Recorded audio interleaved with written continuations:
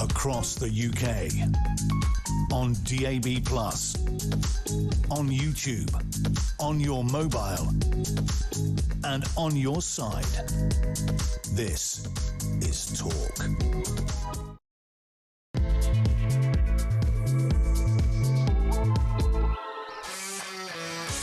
There you are. Good afternoon and welcome to Drive Time right here on Talk. I'm your host, Kevin O'Sullivan, and I'll be with you for 3 electric hours of news, views and topical debate. Get involved, get stuck in, get on the phone and call me on 03444991000, or you can WhatsApp voice note me on the same number, and I promise to play your message out. It is Friday, July the 3rd.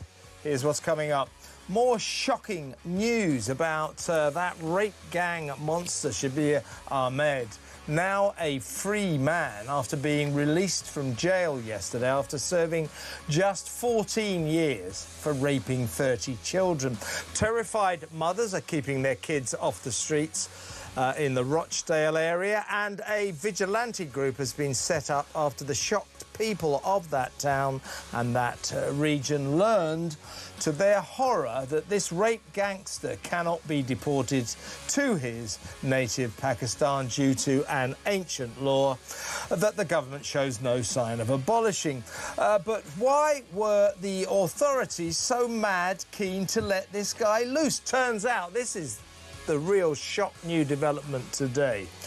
And you heard it here first. Turns out that just 4 years ago, the parole board decided that Ahmad, a paedophile don of the rape gangs who was nicknamed disgustingly Daddy, was too dangerous to release, that he would be a threat to children, and therefore it was imperative he remained behind bars. Suddenly, it's apparently fine and dandy to allow this fiend to roam free, and to hell with the terror of his victims, who now know he is back among them. What's changed in 4 years? And why were they trying to let him out 4 years ago? What was this mania about releasing this guy? I keep hearing say, oh, it's terrible, he got 40 years to run concurrent. He didn't get 40 years, did he? He got 22 years. They could say it's 40 years. Well, if it's concurrent, that's not 40 years. And, you know, we also know with all sentences, you know, they pretty much half them immediately. We're conned by all this. We're tough on law and order. Strict sentences are imposed. You're getting 20 years. As soon as they walk out of the dock, it's 10 years. You know, remission and all that. So what was the mania? The enthusiasm on the part of the parole board to let this guy out. Why did they even listen to him 4 years ago? And what has changed so much in 4 years that suddenly he's not a threat to children and women and the community? What's changed? Nothing, I would suggest. 03444991000. In other news, Sikh killer Vikram Digwa is demanding to be allowed to appeal against his conviction for stabbing poor Henry Novak to death and then pretending he was subjected to racist abuse. But if he fails, he'll settle for a reduction in his sentence. Where does this pathetic guy get off? Who does he think he is? 03444991000. Also on today's action-packed show, the NHS is set to spend your taxpayers' money on shopping vouchers to bribe people to walk for half an hour every day, which apparently adds up to 26 miles a month, a marathon a month. That's the catchy slogan. Hasn't the health service got anything better to do? Isn't this just nanny statism on steroids? I'm all for advising Brits to try to stay fit, but if they don't want to, that's up to them, isn't it? But doesn't this project infantilise us? Mother government, mother health service, treating us like children. We're not kids, are we? Why are we being treated like kids? Naturally, the BBC is all over this. It thinks it's fantastic. That's the way Britain works. Labour governments come up with crap schemes. The BBC say they're great. 03444991000. Plus, Andy Burnham finally graciously grants to a media interview, but only to Labour fanboy Andrew Marr, who didn't exactly put him on the rack. We'll also be talking to a pub owner later because all this pubs opening on World Cup night on Sunday and Monday apparently isn't necessarily great news for our boozers. And also you'll be interested to hear, I think, that apparently this sizzling hot summer so far has not been good for the pub trade. Talk to my friend Adam Brooks, who runs a pub in Essex later on. Get the skinny on that. All that and so much more, so don't go anywhere. Stick with me right here, right now on Talk, the home of free speech and common sense. Let's spend Friday afternoon together. Let's go straight over to my first guest. He is author and columnist, Jake Wallace-Simons. Good to have you on the show, Jake. Hi, good afternoon. Well, let's talk just briefly about this, because you've written about, I think, this growing scandal surrounding this monster Shabir Ahmed, you know, who got... He was actually sentenced to 22 years, but got another 20-year sentence that was to run concurrently. So, you know, I don't want to hear this, oh, he got 40 years. He didn't, did he? And when prisoners get 20 years, we know they'll probably do about 10. So we are conned constantly about the severity of sentences imposed on criminals. But this guy, I mean, we'll talk about the Pakistan element in just a moment. You've made a very good point about that. And, of course, the government is under severe pressure now to do something about this strange law, ancient law that prevents us deporting this guy back to his home country because he got his British citizenship before 1973, when Pakistan was still a British colony. And there's this weird law that means, even though we stripped him of his British citizenship, we can't get rid of him. But we'll deal with that in a minute. But what do you make of this? This is just emerging now, that 4 years ago, after 10 years, the parole board, the authorities were already trying to release this guy who's guilty of... Well, he was not just a rape gang member, he was a rape gang leader. He was the don of rape gangs. He taught other gang rapists how to catch kids, how to drug them, how to get them drunk, how to torture them, how to sexually abuse them, and was convicted of raping 30 children. This is no normal criminal. This is a fiend. This is a monster. Why on earth were the parole board even thinking about releasing him 10 years ago? And why have they now released him? What's changed in 4 years? It does seem as if there was an enthusiasm to release this most depraved and evil man back onto our streets. I suppose there's a system, isn't there, of appeals which are put forward and either approved or denied. And we know now that it was denied 4 years ago. He was deemed too dangerous to come back onto our streets. 4 years on, suddenly he is released. Now, he served 14 years in prison. Now, my maths isn't particularly brilliant, but given the fact that he was convicted of raping 30 children, that's less than 6 months in prison per child, isn't it? Now, I don't think that sounds like justice to me. It won't sound like justice to most of our listeners, and it doesn't sound like justice, I think, to the country at large. This man should be dying behind bars. He should have got a life sentence. He should have served that life sentence to its conclusion. There's no doubt about that. I don't think there's anybody in Britain who would plead for mercy for this chap, to let him out early onto our streets. And to add insult to injury, having released him onto our streets, we can't even get rid of him. We can't deport him back to his native Pakistan, even though we've taken the measure of stripping him of his citizenship. It's a parable of modern Britain, soft on crime, soft on child rape, and unable even... We've tied ourselves in knots with our own legislation so that we can't even deport him out of the country to make our people safe. Now, we are hearing that, of course, Pakistan is basically saying, well, he's not ours, he's not our responsibility. I would suggest that internationally, you know, to quote Keir Starmer's sacred international law, if he was born there, he's theirs. But that notwithstanding, they're saying, well, we won't take him back.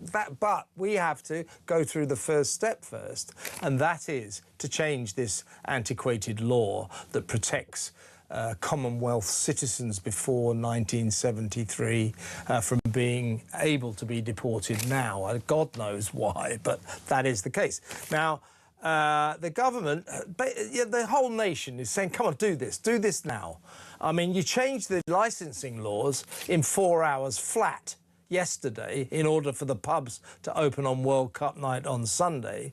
We all know that if you wanted to, Starmer, Shabana Mahmood, the people of Parliament, the MPs, you could change this law in about probably 4 hours, but certainly within 2 days. Why do you think, Jake, the government is making no effort to do this at all? Because your point about Pakistan is well taken, but to get to that point, we have to be able to deport him. We have to be able to go through the motions of saying he is now eligible for deportation, and we have to change that law. The government, Shabana Mahmood, Keir Starmer, are making no efforts to do this. What's going on? Well, this is an opportunity for the government to show some strength and some common sense and some concern for the ordinary people of this country who are going to be put at risk by this man prowling the streets. This is a chance for them to show that they want to do the right thing and place our interests first for once.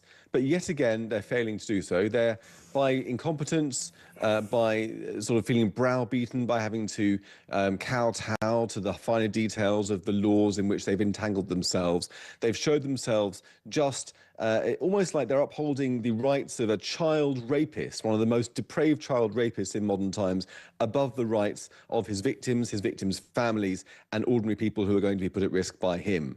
But as for Pakistan, refusing to take this man back, he's been stripped of British citizenship, he's still Pakistani. Why do they not take him back? They owe us, Pakistan. We gave them 100 million quid in taxpayers' money last year alone in aid. They are obviously a nuclear-powered country or nuclear-armed country. They have one of the largest militaries in the world. And we are giving them lashes and lashes of visas every single year. They are the third largest nationality of foreign students in our universities, behind China and India. They've got the largest number of family visas coming into our country, huge numbers of work visas, all manner of visas we've lavished upon them with great largesse. And why have we done it? This is a country which is riven with honour killings, with violence against women, with child sexual abuse, with forced marriage, with child marriage, with all manner of human trafficking and violence against women and girls. Why are we opening our doors to people from that country? And is it any surprise that they're at the heart of the worst child sex scandal our country has ever suffered? They owe us to take these people back, and yet they're laughing in our faces. Absolutely, Jake. Well said. Everybody, let me know what you think about this, what Jake has just been saying, what I've been saying. We've got to get this man out of the country, and if Pakistan won't take him, I say they have to. I say they have to. Because he was born there, he's theirs. But if they won't take him, as Jake says, let's make them pay for that. Let's tell them what we will do to their country if they don't take this monster back. Jake, let's move on if you don't mind. Is he still there? I am still here, yeah. Sorry, I was just looking at myself. I'm sick of looking at myself there. Yeah, let's talk about Burnham.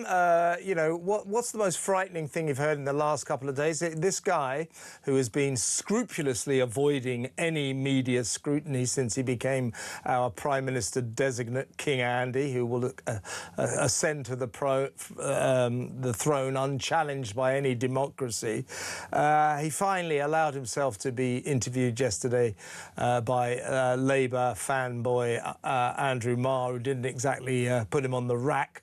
This was on... this is going to stick in my throat. This was on LBC. Wash your mouth out. Exactly. And I think the most frightening phrase I've heard in many a long year is Andy Burnham saying, in terms of the manifesto, there might be a little wriggle room when it comes to tax. In other words, he's going to hike taxes like there's no tomorrow. Let's have a little listen to Andy Burnham talking to Labour fanboy Andrew Marr yesterday. There is some room within that manifesto for movement on tax. So if you take business rates, for instance, I believe there is a case for higher business rates on warehouses and the major developments we see on the outskirts of our cities, so that we can cut business rates for pubs, and I've proposed a 20% cut, and lift some high street businesses out of business rates altogether. Overall, people can be certain of me, of one thing of me. Read some of the commentary. I am not indisciplined when it comes to the public finances. I've run Greater Manchester, the fastest growing city region in the country, for a decade, and you can't make it the fastest growing city region in the country, Andrew, without strong business confidence. I actually get frustrated at some of the narrative that people try to put around about me. My record says otherwise. Well, if he was to be in any way responsible about the public finances, instead of talking about warehouses, I can't imagine how much money that's going to raise, probably not very much at all, he'd be looking at the welfare budget, the £350 billion a year we spend on benefits for people, for far too many people, obviously. But of course, he said, oh, I'm not in the business of crude cuts to the welfare budget. In other words, he's not going to cut it. The defence budget will go wanting because of that, and so will pretty much everything else. Meanwhile, Jake, I wonder what you thought. Well, let me know what you think about that interview. I thought it was quite worrying, but I just find this guy... I mean, I wish him all the best. I hope he's a good Prime Minister. I don't want him to fail, but I can't help fearing he might, because he doesn't seem to have any interesting new ideas. It's just old Labour claptrap about, you know, communities and, you know, development and the number 10 of the North. None of this adds up to a hill of beans, really. No, we've had no comments from him. Andrew Marr didn't even ask him about the migrant crisis, what he's going to do about that.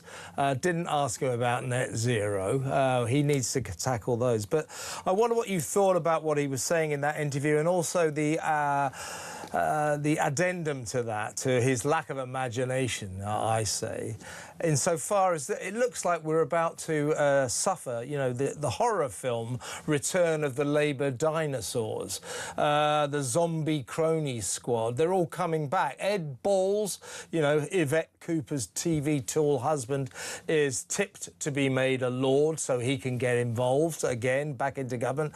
David Miliband, oh my God, he's going to come back from New York. He's tipped to be the Foreign Secretary. And long forgotten former Culture Secretary and Work and Pensions Secretary, who went off to the BBC to ruin that, James Purnell, he's going to be the Chief of Staff at Downing Street. So all of this is incredibly unexciting. It's like a sort of throwback to Labour of days gone by, isn't it? Yeah, this is Back to the Future politics, coming straight to your TV screen. I mean, the one time that Andy Burnham hit the nail on the head, I think, with that interview is where he said that his generation of politicians had failed. If that's the case, why is he back, and why is he bringing the rest of his generation back with him? That's what I want to know. When people voted in the last election, they wanted to give the Tories a kicking because they wanted something new. They didn't want the same old politics over the last 14 years and before. They wanted a fresh start with different policies that were going to be supposedly grown-up, sensible policies. The phrase that's still ringing in my ears from Keir Starmer's campaign is that he's going to tread more lightly on our lives. You remember that? And look how that one ended up. He's with his hobnail boots. Not just trodden heavily into them, he's scuffed them into the carpet like dog's mug. Yeah. And now that Starmer's gone, we've got Burnham back from the Blair era, and he's bringing back all these failed politicians, from James Purnell to Ed Miliband to David Miliband. Ed Miliband of bacon sandwich fame and his brother of droopy banana fame, if you remember that famous Yeah, I do. Back. You know, and on and on and on. And it just feels like these people have failed. Yeah. They failed last time round. I mean, Andy Burnham himself has gone for election as leader of the Labour Party twice. He was beaten by Miliband D, Miliband E and Ed Balls the first time round. He was beaten by Jeremy Corbyn second time round, and yet he's got in through the back door, and he's now going to be Prime Minister, bringing all these failed has-beens out of the woodwork with him, who are going to be giving us more of the same, more of what we've had for the last 20 or 30 years, and worse, because they haven't even got Tory discipline and Tory restraint on their tax policies. So it's going to be higher welfare, higher taxes, worse enterprise, the country descending even further under the weight of its own government incompetence. And, you know, I just despair for the future of our country until we can get rid of them and elect a proper government of the right. Absolutely, because Andy Burnham has not said a single thing interesting so far. It's just tired old Labour claptrap about, you know, bigger postcodes, as far as I can work out. I'm not sure what that means.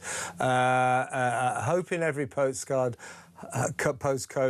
hope in every heart, the worst political slogan ever. More council houses and he'll govern the country not from 10 Downing Street but from 10 Coronation Street, Wigan. That's it, that's it. Yeah, I mean, he's not a very interesting man, is he? I mean, No, you can't blame him for that. Politicians don't tend to be interesting, but he in particular is really quite boring. And it just, you know, his first policy of developing a number 10 in the north shows what happens when you elect a municipal mayor as your Prime Minister. In fact, scratch that, not elect, appoint undemocratically. Come on, yeah, crown.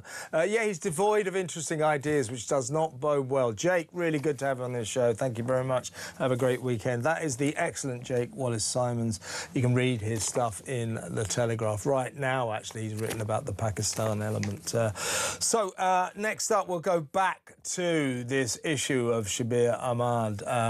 You know, the victims up there around in the Rochdale area are terrified. There's a vigilante group being set up because they don't trust the police. Don't forget, the police are the people who turned their backs and deliberately ignored what was going on when Ahmed and his type and his ilk were busy committing these horrendous crimes and not being arrested for them because the police, social workers, teachers, local politicians were too terrified of being accused of racism. So it's not surprising that the people of Rochdale and that area have no faith in the police. We'll talk about this next. Stay tuned.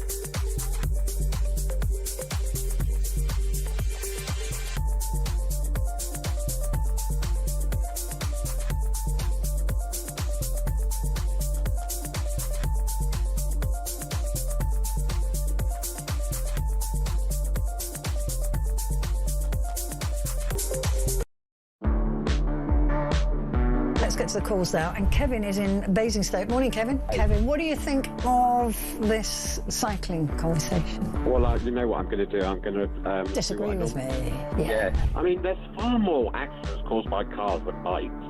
Yeah, we're not talking about cars, Kevin. We're talking about bikes. I know we're talking about bikes, but if we encourage more bikes, then there'll be less accidents. More people. Yeah, more people on bikes who are not being controlled by anything.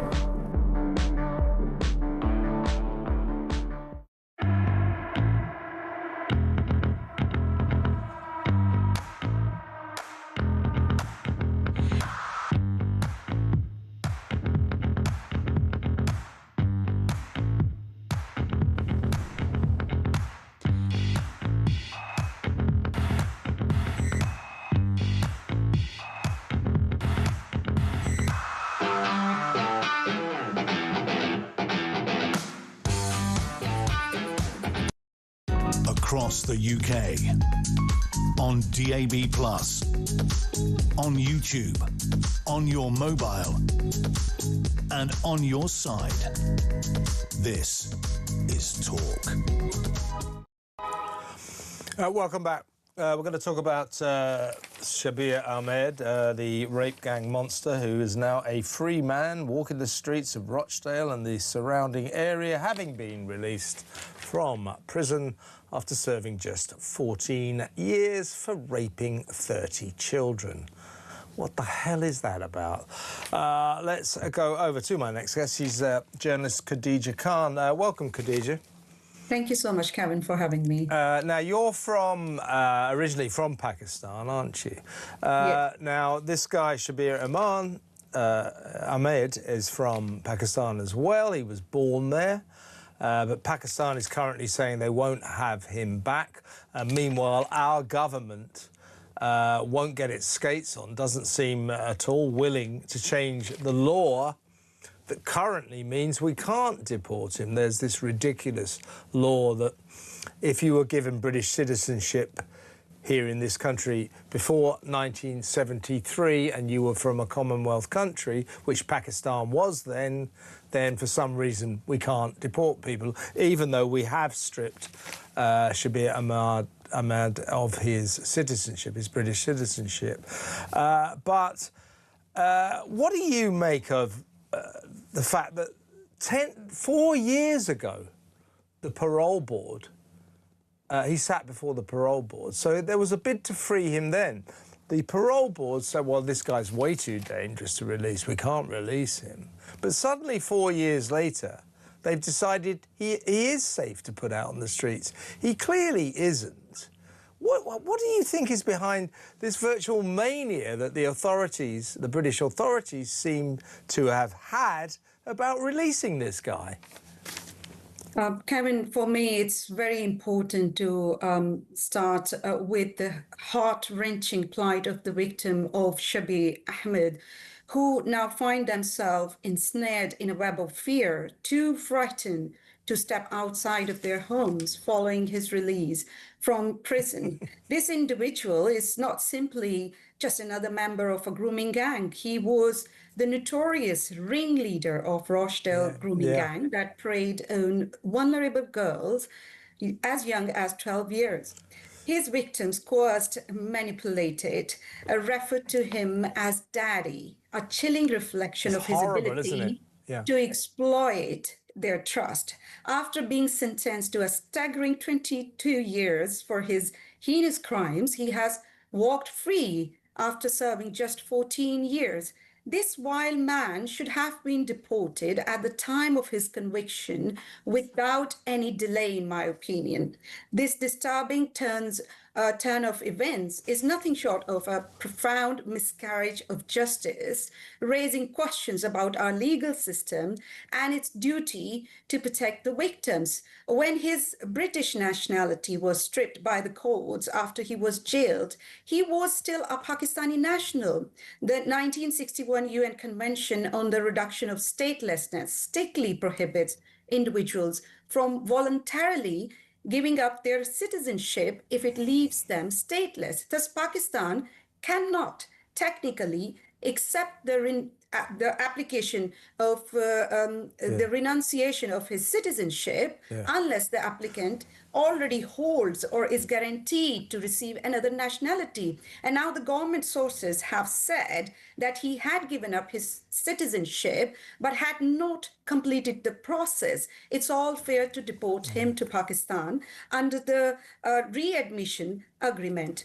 In my opinion, it's a failure on the part of state not to do so. Well, I think that Pakistan has got to be made to take this guy back. You're right. A lot of these guys, a lot of these rape gang guys renounced their Pakistani citizenship so that they couldn't be deported. But I think we have to get around that. We have to send this guy back. Let me ask you this. I'm going to tread on eggshells here. What the hell? Let's do it.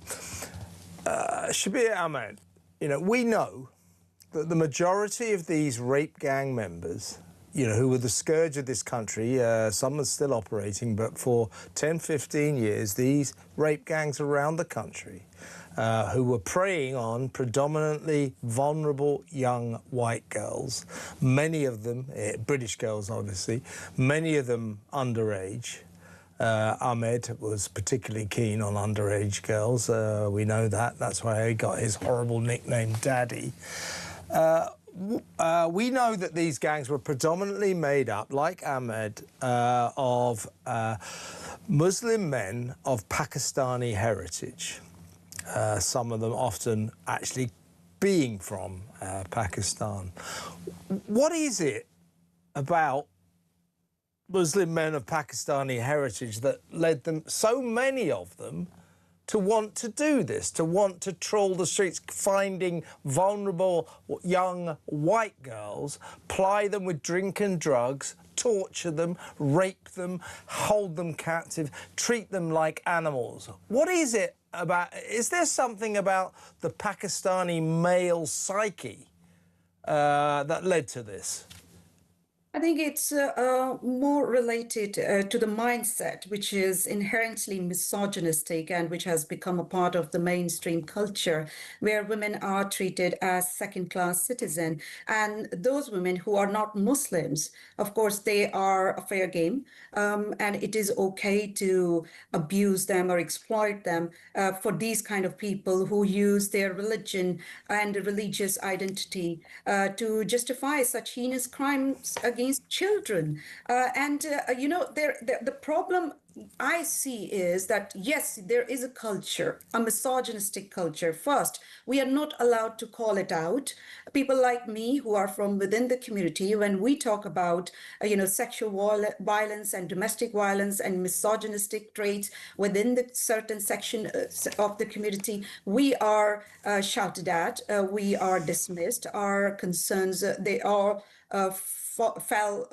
fall on deaf ears, to be very honest. And the second thing, which is very important, is that the silence on the part of the authorities. I mean, it is a disgraceful thing that we are still debating whether he can ever be deported to Pakistan. Now that he's a free man, the authorities are scratching their heads, thinking what to do with him. I think this matter should have been resolved over the past 14 years. And people exactly right, Khadija, because we now know that 4 years ago they were considering the release of this guy, and it's not like he wasn't on the books. It's not like they didn't know, and I don't know why they felt the need to release him yesterday. I mean, they must have been able to cook up some kind of reason to keep him behind bars. It's really, really strange. But to go back to that point about why so many of these rape gang members were predominantly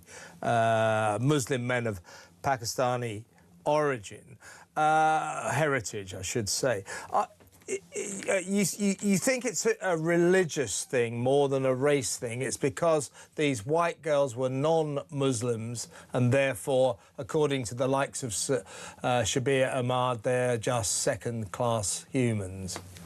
I mean, they do get, tried, or I should say that they do seek justification from their religious discourse, because this has been reported in this country on many occasions in mainstream media by, secular societies, by humanist societies, how misogynistic material, which is religious material, is being promoted and taught in certain seminaries and a mosque up and down the country. So yes, when you are looking at this particular case, there is this element of religious, justification that these people, they used to, comfort themselves when they are, committing such heinous crime. There is no justification for it, whether you use your religion or culture that tells you that it is okay to exploit or abuse or sexually, torture any child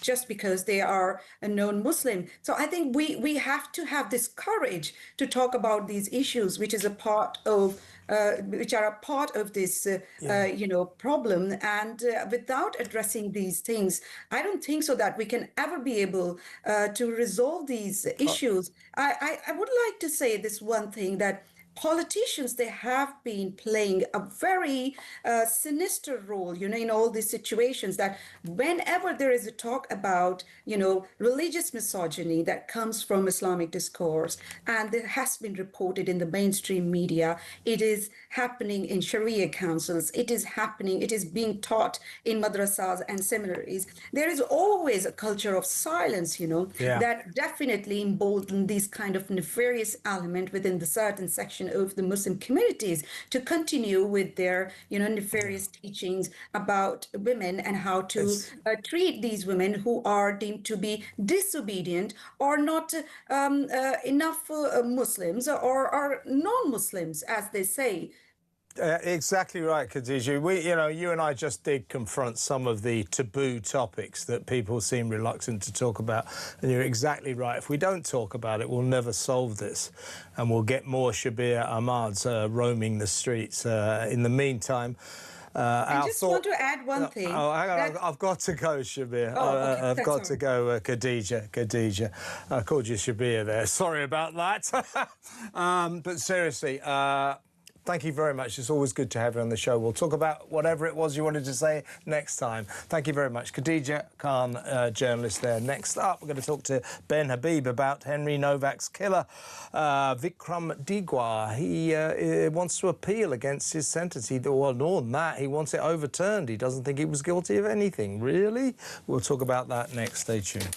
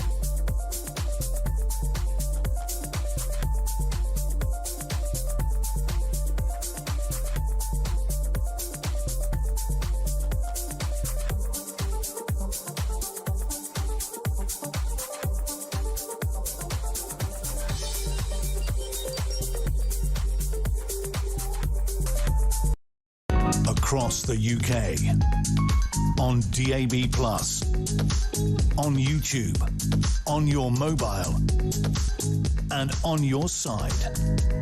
This is Talk. Welcome back. Let's go straight over to my next guest. He is the former leader of Advanced UK, Ben Habib. Welcome, Ben. Good afternoon, Kevin. Good to see you. Good to have you on the show, as always. Let's talk about Vikram Digwa.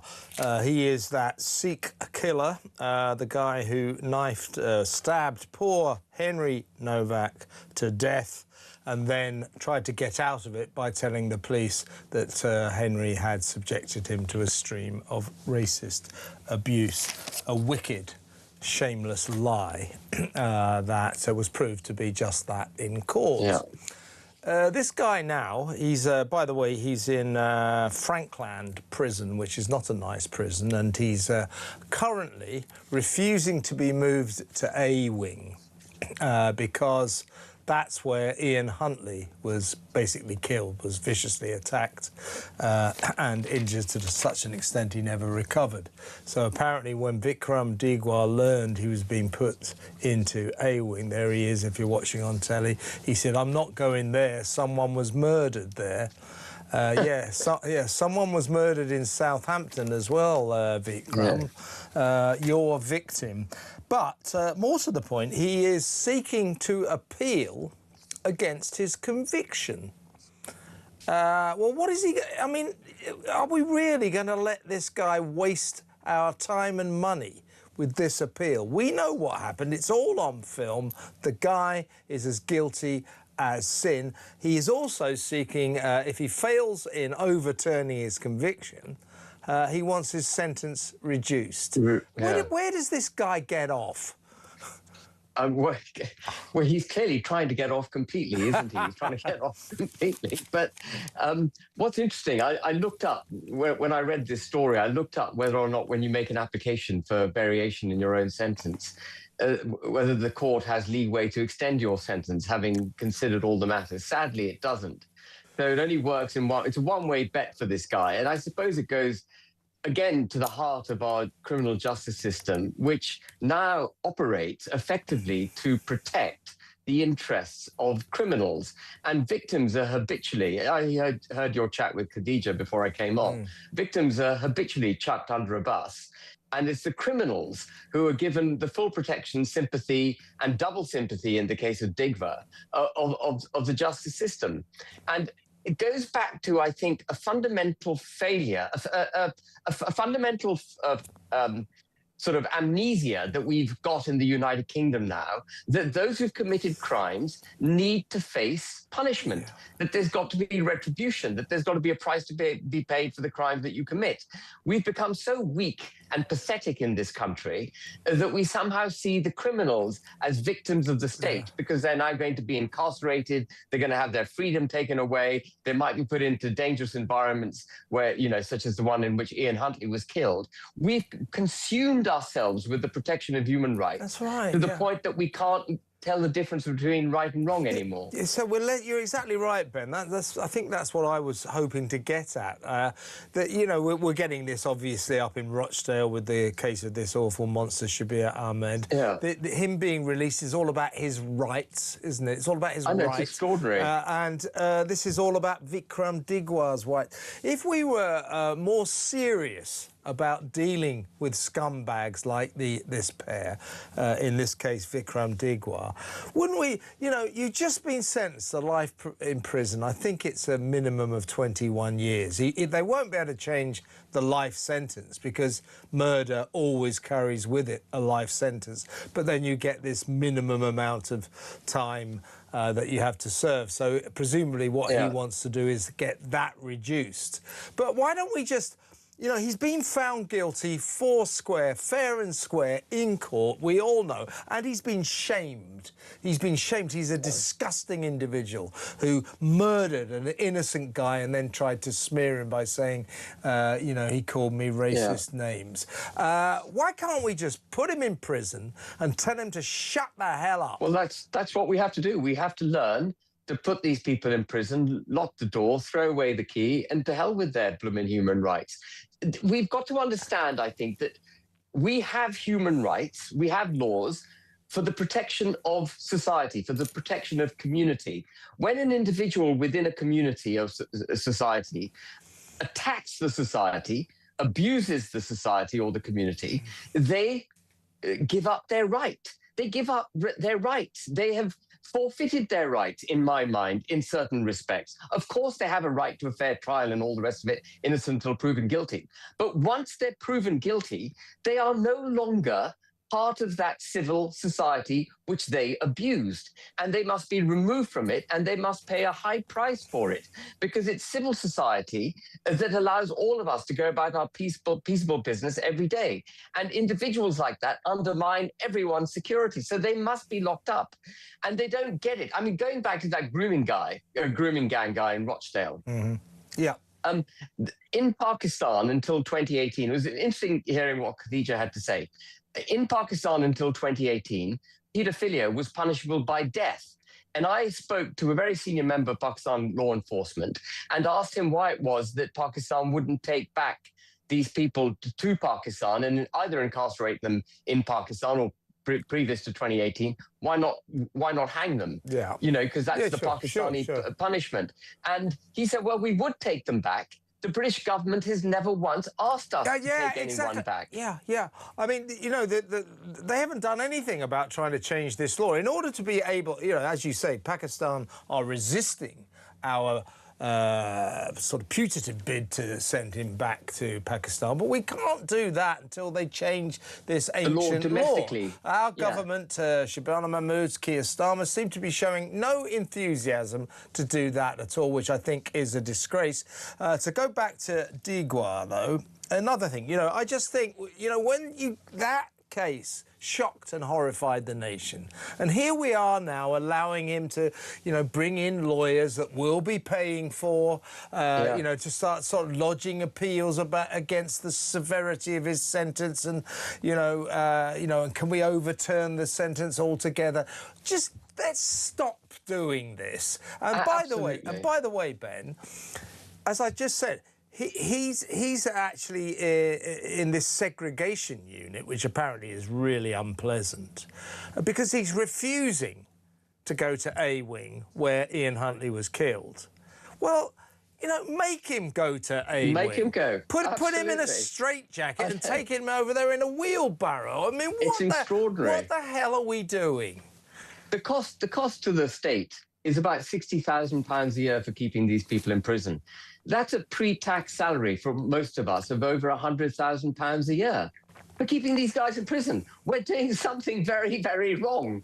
Prisons should not be that comfortable. These people should have, as I say, be locked up and the key thrown away. Once you're found guilty, that's it, you've lost your rights. Yeah, somebody should tell this guy to shut up, shut up, and off you go to A Wing. Oh, special treat, we've given you, we've got a free cell.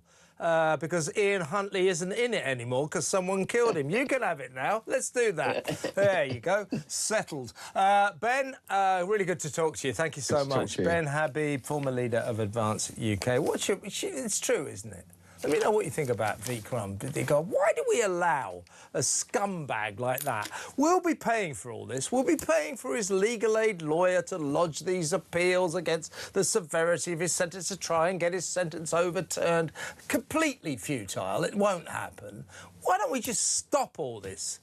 Honestly, and make him go into A Wing. Why is he not being made to go into... I don't want to go into A Wing. Oh, well, all right, then we won't make you. Why? He's a prisoner, for God's sake. This country, cartoon country, folks, 0344 499 1000. Talking of cartoon country, we'll talk about something. I think this is the turbocharged nanny state on steroids, the NHS scheme to get us all to walk for half an hour every day. And as a reward, they're going to give us shopping vouchers that we'll pay for from our taxes. What's going on? We'll talk about that next. Stay tuned.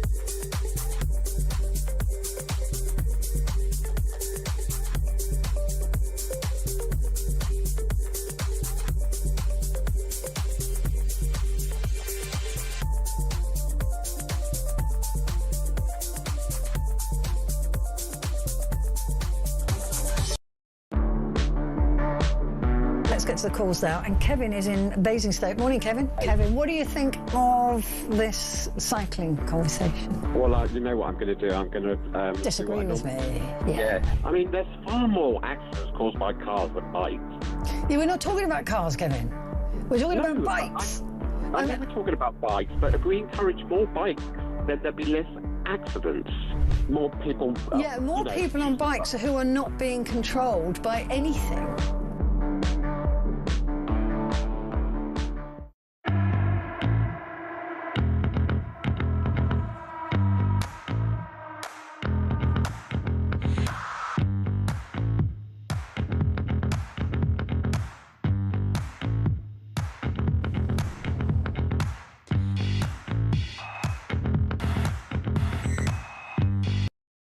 across the UK. On DAB+, on YouTube, on your mobile, and on your side. This is Talk. Welcome back. Let's go over to William Yarborough. He's at the Taxpayers Alliance. Hi, William. Afternoon, Kevin. Thanks for having me on the show. Always a pleasure. Now, I'll probably, not everybody's going to agree with me on this one, but hey, I don't care. I just don't like this. The NHS is going to take our taxpayers' money, and it's going to spend it on shopping vouchers, and these shopping vouchers will be used as a bribe for all of us to walk for at least 30 minutes every day. Apparently, if you walk for half an hour every day, that will add up to doing about 26 miles a month. So they're calling it the Snappy Marathon a Month campaign. Now, people can say, oh, well, it's preventative, and yes, the NHS should be trying to keep people fit. I kind of get that. I don't want my money, my NHS money, my taxpayers' money spent on shopping vouchers, though. And I think this scheme is infantilising. It's the nanny state on steroids. Most people, everybody knows that most of us know we should be fitter. All of us know we should try to be healthy. We do not need this nanny state on steroids infantilisation project, do we? I don't think. What do you think? Well, it might not surprise you, Kevin, but I agree with you. I agree it's you and me indeed. against the world, William. You and me against the world. And we wouldn't want it any other way, would we, Kev? No. But nevertheless, I think that there's lots of things that the NHS could be doing, focusing on patient care, cutting down on waste, possibly looking at some senior management salaries as well. But no. The most important thing to be looking at is making sure that people are walking for 30 minutes a day and indeed being bribed for it. Last time I looked, the inactivity crisis isn't caused by people not being bribed to get off the sofa. It's not them, not walking around because they're, possibly even lazy or whatever. But people are, people use transport, people use cars, people use trains, people eat, indeed, bad foods. I do that sometimes. People drink too much. Believe it or not, Kev, I do that sometimes as well. And the inactivity problem amongst British people, sure, is a problem to deal with, but I think any time the state tries to get involved in it, it inevitably makes it worse. And as you said earlier, will just end up costing taxpayers more and more money. And here's the problem with this. We actually don't know what this scheme is going to cost. We don't know what the long-term effects of this are going to be. And another point is also this. What happens when, there's people out there who do walk for 20, 30 minutes a day just as part of their average day. So suddenly they're going to be allowed to get NHS vouchers and shopping vouchers and whatever it might be. Well, the people who aren't, and who the scheme is designed for, won't get them. So in reality, the NHS is just going to be rewarding people who do it anyway for no apparent reason. It makes no sense to me. Yes, I'm picking a bit. You're absolutely right. The actual idea is, yes, the NHS will pay for this at first, and then they're hoping that the shopping chains and the supermarkets will get involved and actually give shopping vouchers to the NHS free to hand out to these people who walk half an hour every day. Well, first of all, how do you prove they've walked half an hour every day? I can see a load of people conning this, gaming this system to get free gear from their supermarkets. Who qualifies? What do? Do I walk into a hospital and say, I'm going to walk for half an hour. When I come back, can I get some shopping vouchers? How does it work? And by the way, if you look at the BBC, this story is being treated like the second coming.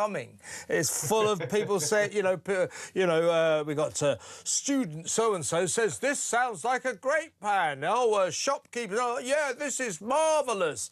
So you've got the usual system of, lefty schemes being backed up by the BBC. But, the NHS, by all means, tell us, try to be fit. How about you walk for half an hour a day? You'll be amazed at the difference it'll make and all that. That you can't get involved in action. In effect, they're giving people money to walk for half an hour a day. I don't want my NHS tax cash spent on that claptrap. This is just juvenile, I think. Yeah, and also one additional part we're not even talking about it is the administrative costs of all of this. Like, the staff time and the cost of the app. I mean, they said they're going to digitally track walking, digitally track it. Oh, that sounds nice and Orwellian. We can digitally track how much you walk, and the government can give you a reward at the end of it. It's like, it's like living in 1984, except for walking instead. But nevertheless, I think that the nanny state, this is just another example of the nanny state trying to nudge people in a certain direction. And quite frankly with you, Kev, I'm sick of it in this country at this point. There's nudging in regards to food. There's nudging in regards to what you consume at the pub. There's nudging in regards to what you do with your body. I just think that the government should leave us the hell alone. I agree with you, William. I totally agree with him. I mean, I don't think there's a single adult in the country who doesn't know that you should try to be healthy. You should try and do a bit of exercise and maybe not exist on 60 cigarettes a day and 10 pints of lager. Most people know that. Most people know they ought to get out more. Most people know they ought to do more exercise, probably drink less and eat more healthily. We all know that. We don't need this infantilizing type of project. It is, as I say, it's sort of the turbocharged nanny state on steroids, as you say. Leave us alone. And by the way, if I do want to drink 10 pints of lager and smoke 60 cigarettes a day and exist entirely on chips, that's my decision. That's my decision. And by the way, also, I don't want the NHS saying, well, you didn't do anything about your own health, so we don't have to treat you. Yeah, you do. I paid taxes all my life and I pay for the NHS. So I don't want you moralising about my lifestyle.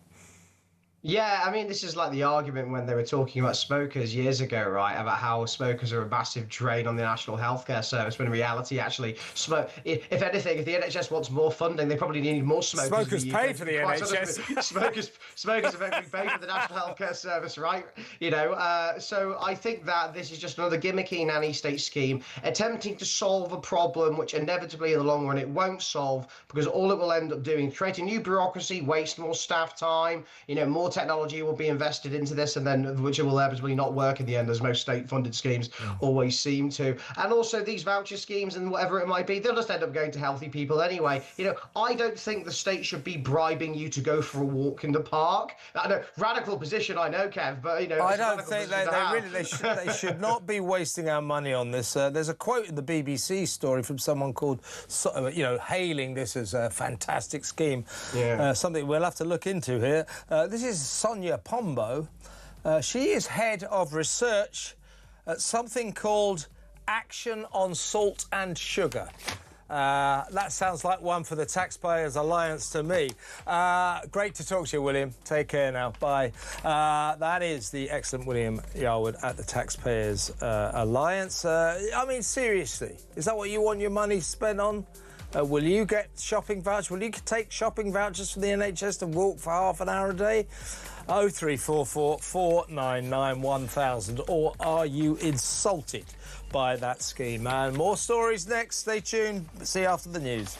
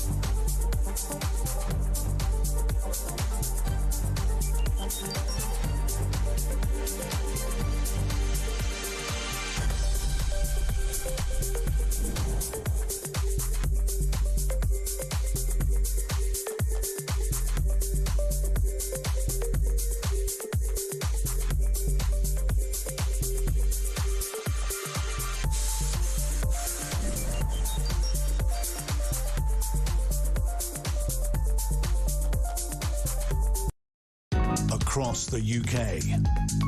On DAB+, on YouTube, on your mobile, and on your side. This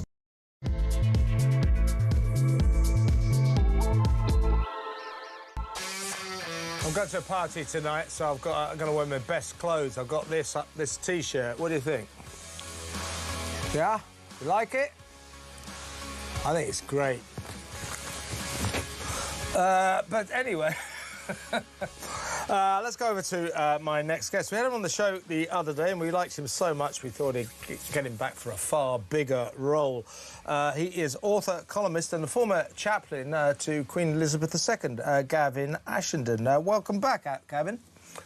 Thank you, Kevin. It's lovely to be here. Good to have you. Now, let's talk, first of all, let's get your take on what's going on with this guy, Shabir Ahmad. He is this grooming gang, rape gang monster, not just any rape gangster. He was the king of the rape gangs. His nickname was Daddy, which is pretty disgusting when you realise that he came to be convicted of raping 30 children. Now, there's so many elements to this. I mean, we can get to the why can't we deport him question in just a second, but I think this is really something we need to talk about. Now, it turns out, first of all, this guy got 22 years. I think he got that 22 years sentence to run concurrently, so he didn't really get 40 years, as people are saying. So he was facing doing 22 years, and we now know that yesterday he was let out, released after just 14 years. I mean, 14 years for raping 30 children. I mean, that's cartoon justice. That's laughable. But we learned today that 4 years ago, after he'd only done 10 years, the parole board sat in judgment about considering letting him out then. And then they decided, no, this guy's a monster. He's far too dangerous, a threat to children. We can't release him. Well, 4 years later, it's obviously gone back before the parole board, and they've decided that some sort of miracle has happened to him in the past 4 years, and he is now safe to release. But why do you think it is, Gavin, that the authorities seem to have shown what you might call indecent haste in their enthusiasm to let this monster out of jail? Well, we don't know, do we? But there are two possibilities. One is the general possibility is, given that he's emblematic of everything that's gone wrong, you would think if we had any personal responsibility for government from the Prime Minister downwards, Prime Minister, Home Secretary, Justice Secretary, someone would say, this is an aberration, it needs to be dealt with, we will deal with it. And because we're the government, we have the power to deal with it. What we haven't had so far is the will. So it would require somebody to act as a responsible person for doing that. It seems on the whole we have a generation of politicians, none of whom are willing to do that in case they pay a personal price of some kind. Integrity is low down, surviving is at the top of the scale. But the other bigger problem, I think, is that with multiculturalism and having lost any sense of a value system, a moral value system that unites us all, there is just incoherence at the heart of the way in which things are done. And that means that the administrators run us, and they change depending upon the people appointed to the committee by whoever their patrons are. Now, there are political and fashionable currents that place people in positions to make these decisions, and they're incoherent, and there isn't any way, there's no court of appeal apart from public outrage you can appeal to say you cannot govern a society in this way. I agree. I don't think a serious country sentences the raper of 30 children, a man who caught children, drugged them, kidnapped them, got them drunk, tortured them, sexually abused them, raped them. I don't think a country that lets a guy out like that after just 14 years and even thinks about letting him out after 10 years, it's not a serious country. It's not a serious justice system. We need to look at that. But let's go back, as you were alluding to our politicians. Now, obviously, the people of Britain are saying that we need to deport this guy. He's Pakistani. Let's get him out of the country, send him back to his own country. Why should he remain here and threaten the safety of British children? Well, the government is being called upon. The pressure on the government is enormous. Come on, do something about this. Now, we know that Pakistan is resisting any suggestion that we should give this guy back to them.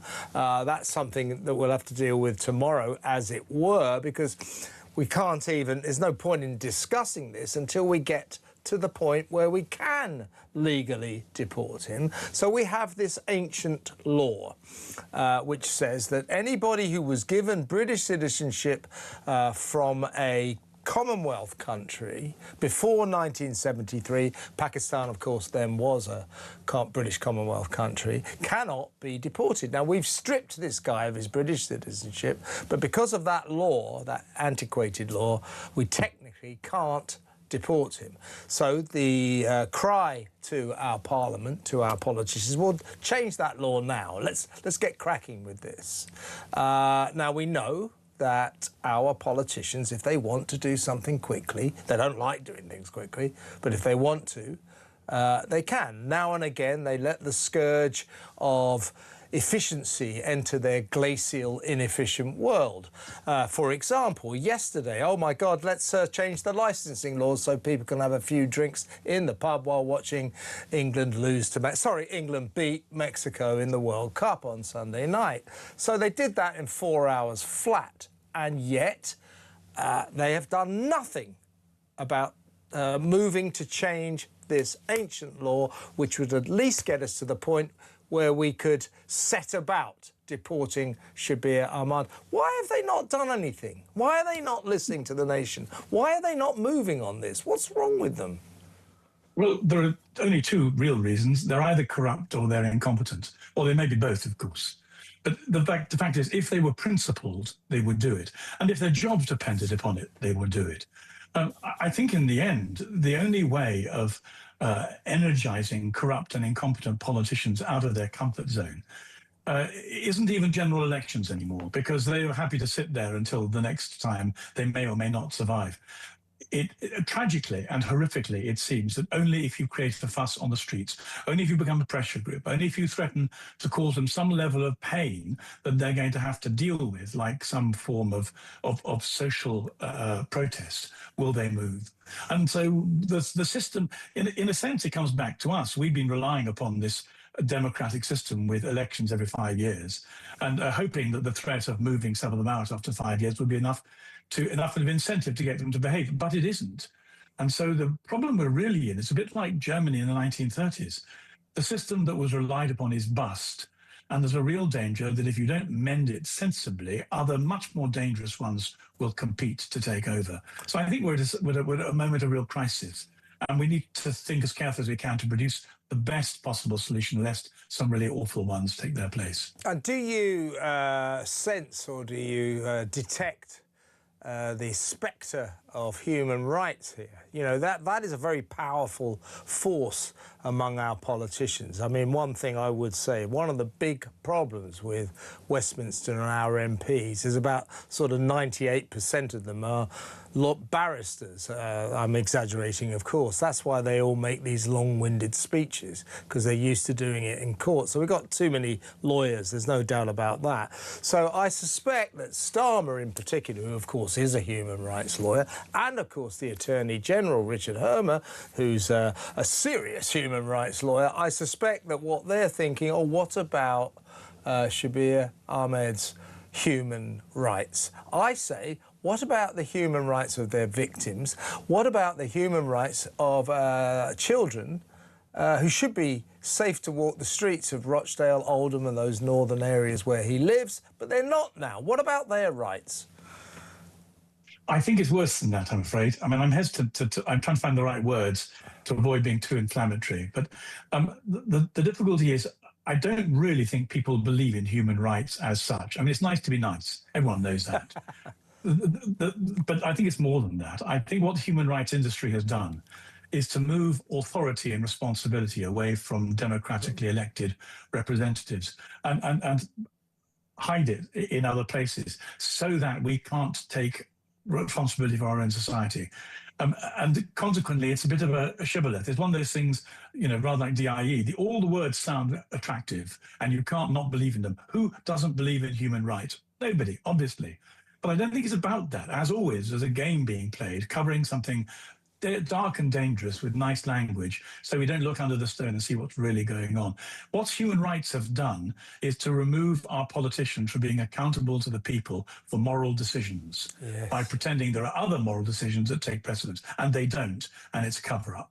I think you're exactly right. Well, let's talk about, you were alluding to democracy there. Well, we don't have that anymore. What we do, we crown our prime ministers. So King Andy will become our leader, our dear leader, our supreme leader on July the 20th, untroubled by any democracy, apart from 25,000 people in Makerfield who decided that it might be fun to have him as their MP.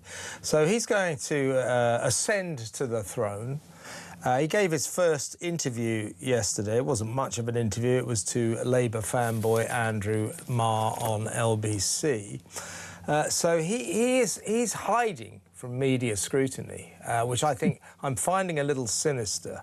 Now, he's now graciously allowing himself to be asked questions on the Reddit platform. And one of the first questions that went into it was from Mrs. Kemi Badenoch, who asked a question in which she said, "Why don't you face the press rather than hide on Reddit?" I mean, what do you make of this guy? He does not like media scrutiny. He should have had a press conference after his opening address on Monday. He didn't. No questions allowed. Journalists were furious, by the way. They all travelled up there just to listen to his boring, vacuous speech. Yesterday, one, very friendly interview from Andrew Marr. No questions about the migrant crisis, no questions about net zero. So he's avoiding, he doesn't like the idea of press scrutiny. Meanwhile, yesterday, Lisa Nandy took herself and her department, the Culture, Media and Sport Department, off Twitter, X, whatever you want to call it, saying it become a site for misinformation and abuse. Well, the Pope is on Twitter, X, presidents, world leaders, everyone's on X. She says it's a centre for misinformation and abuse. Well, all social media sites you should be sceptical of.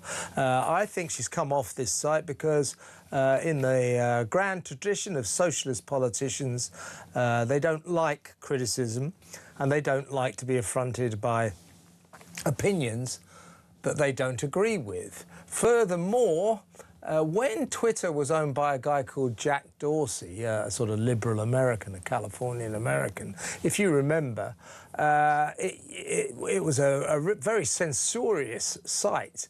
Used to cancel people who questioned the vaccine or appeared to be rather too right-wing or challenged trans activists. Oh, you were cancelled, kicked straight off. Well, Lisa Nandy and the gang loved it then.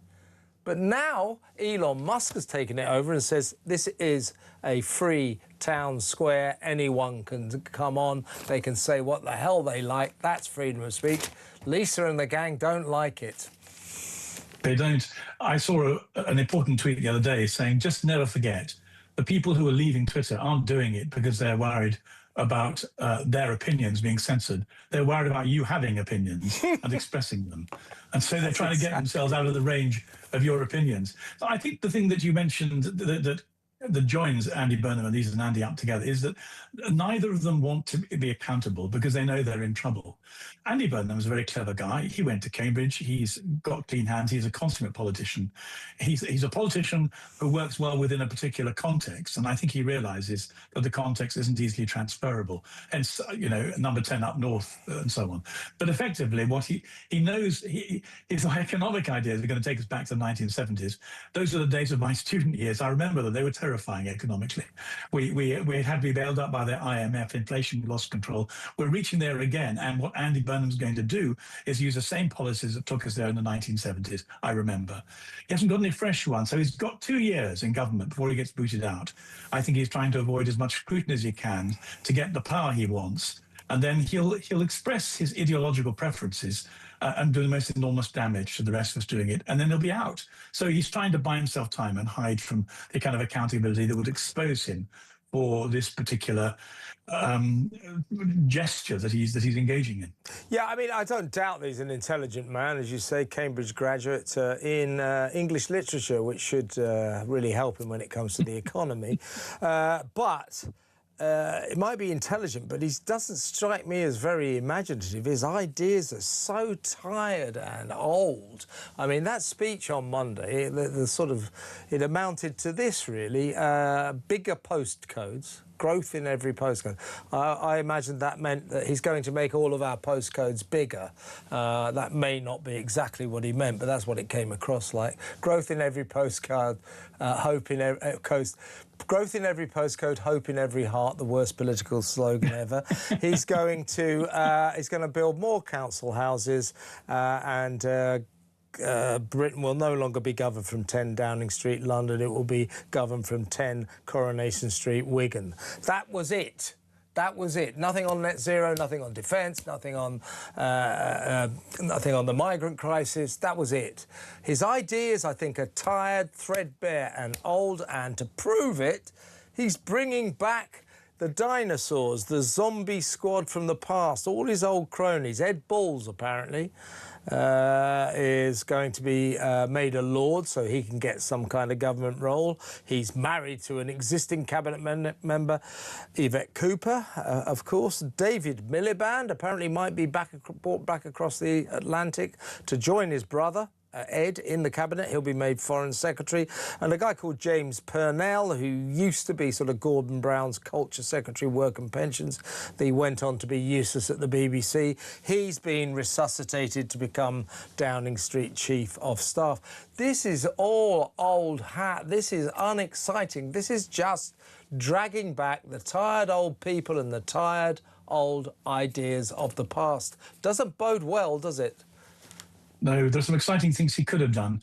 He could have rescued the white boys, the white working class boys, of whom he was one once, because the price that we're going to pay for their disenfranchisement and the destruction of their culture is a terrible one for all of us, let alone the injustice of them. He's like somebody who's sort of concentrating on the bunting on a boat where the boat's hull below the waterline and it's going down. And he's doing it to please the people who are giving him power because he owes it to them. But the difficult thing is that we're at a moment in the West of its most serious and difficult crises, AI being probably the biggest one facing us in terms of the way in which people's jobs and the way they imagine their place in society are going to be radically changed in the speed of a blink of an eye. And also immigration and the way in which the place you grew up in, the family you had, the area you had, is going to be changed without your consent by powers who are not accountable to you. These are the kind of threats that will seriously do people's heads in and make for an immense amount of social distress. Any serious politician would have to say how I'm going to address them. The idea, as you say, that he's going to change postal codes and suggest that actually he's entitled to cut more tax when everybody knows that the graph that tells you whether your tax cuts are going to cause more distress or more economic growth puts these right at the disastrous end. As you say, they're tired old ideas. They didn't work in the past and not going to work now. And it's a dereliction of responsibility. Our democracy is bust. We have to find a way of reinventing it before too much damage is done and something really serious happens. I'll just leave you with the most terrifying moment in his friendly interview with Labour fanboy Andrew Marr yesterday. It was when he said you know, Ajmal said, where are you going to get the money for defence and everything? He said, I do think there's a bit of wriggle room in the manifesto for some work on taxes. In other words, we're all going to get a tax hike so we can pay for our social welfare bill. Good, isn't it? Gavin, excellent to have you on. Please come on again very soon. Great stuff. Thank you very much. Well, I think he's a new member of our team, don't you? That's... he is, of course, Gavin Ashenden. He used, political and social commentator, man of the cloth. He used to be Queen Elizabeth's personal chaplain. So quite a guy. So Gavin, I hope, will come on regularly. Next up, we'll go back to this sort of assault on freedom of speech, freedom of expression that it looks like Burnham and his mates are sort of waging. There's something sinister going on here. These labour rights, they don't like freedom of speech, and they don't like the press, they don't like the media, and it looks like they're trying to shut them down. We'll talk about that next. Stay tuned.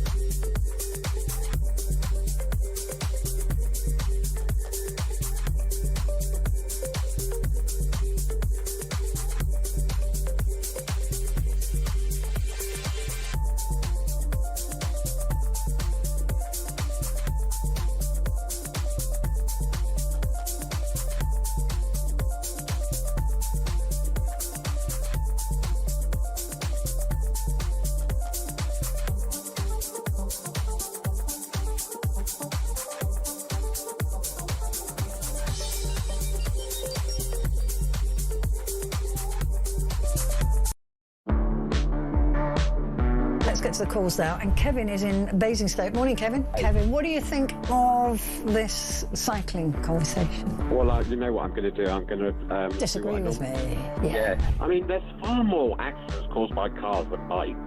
Yeah, we're not talking about cars, Kevin. We're talking about bikes. I'm never talking about bikes, but if we encourage more bikes, then there'll be less accidents. More people... yeah, more people on bikes who are not being controlled by anything.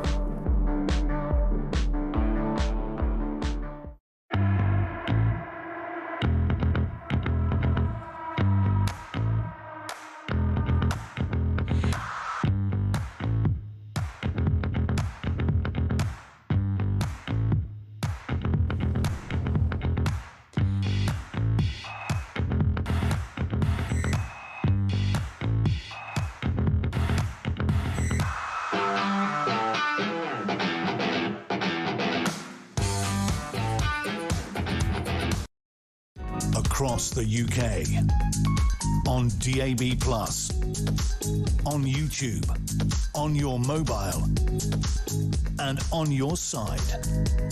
This is Talk. Let's go to my next guest. He is the Associate Director at the Academy of Ideas. That's run by the excellent Baroness Claire Fox, who was on the show yesterday. We thought we'd talk to the Associate Director of that organisation, Alistair Donald, frankly, about the same topic, because I think it's important. Alistair, welcome to the show. Hello. Thanks for having me, Kevin. Always a pleasure. Now, I want to talk about freedom of speech, freedom of expression. There's a lot of sinister stuff going on, I think, with this Labour government right now. Andy Burnham basically not taking questions from the media after his keynote speech on Monday. He's currently graciously accepted to go on to Reddit to take questions from mothers, I assume. One of the mothers who was an early questioner was Mrs. Kemi Badenoch, who basically said, what are you doing on Reddit? You should be talking to the press. I don't know if he's answered her yet. But let's talk about that, his reluctance to open himself to media scrutiny. He did an interview with Andrew Marr yesterday on LBC. Andrew Marr's a Labour fanboy, and it was very much a soft interview. Nothing about the migrant crisis, nothing about net zero. It was sort of, Mr. Burnham, thank you very much for joining us. Of all your triumphs, which do you think has been the greatest? It was that kind of interview. Meanwhile, yesterday, very sinister story emerged, if you ask me, and that was Lisa Nandy proudly announcing that she was taking herself and her department, Culture, Media and Sport, off X, or Twitter, Elon Musk's site, because she said it's become a site for misinformation and abuse. I think what she means by that is become a site where people criticise me. And it's become a site where people hold opinions that I don't agree with. She gets a lot of flack on Twitter. So she doesn't like this site because it criticises her. She doesn't like being confronted by opinions with which she doesn't agree. That would be my theory. But they all used to, Richard Hermer, the cretinous current Attorney General, he took his department, the Attorney General's department, off Twitter as well for the same reason. They say it's because of abuse and misinformation. All social media sites have got abuse and misinformation. You have to be sceptical. But I'm not buying their reason.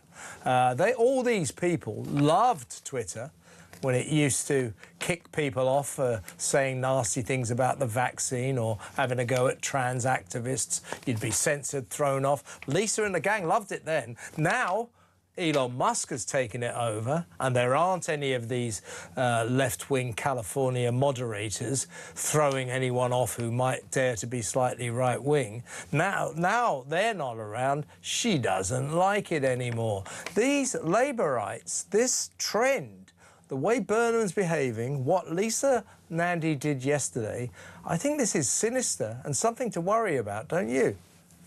Yeah, I very much agree. And I think it's not a single incident, as you mentioned. Hermer's office also did this last week. And it's part of a longer trend, I think, of the government, at the very least, overtly intervening in the press and especially the online media sphere just now in order to try and almost shape the narrative and to shape the information that's available. Of course, it's done on the grounds that what we're seeing is misinformation, and that term misinformation then becomes very much taken and manipulated and used to justify taking certain information off the air. So they've kind of got that term sewn up just now in terms of using it as a tool to take down certain information that they don't like. Hermer said when his office took it down that he doesn't need to be on a social media channel to engage in serious detailed debate. I mean, the condescension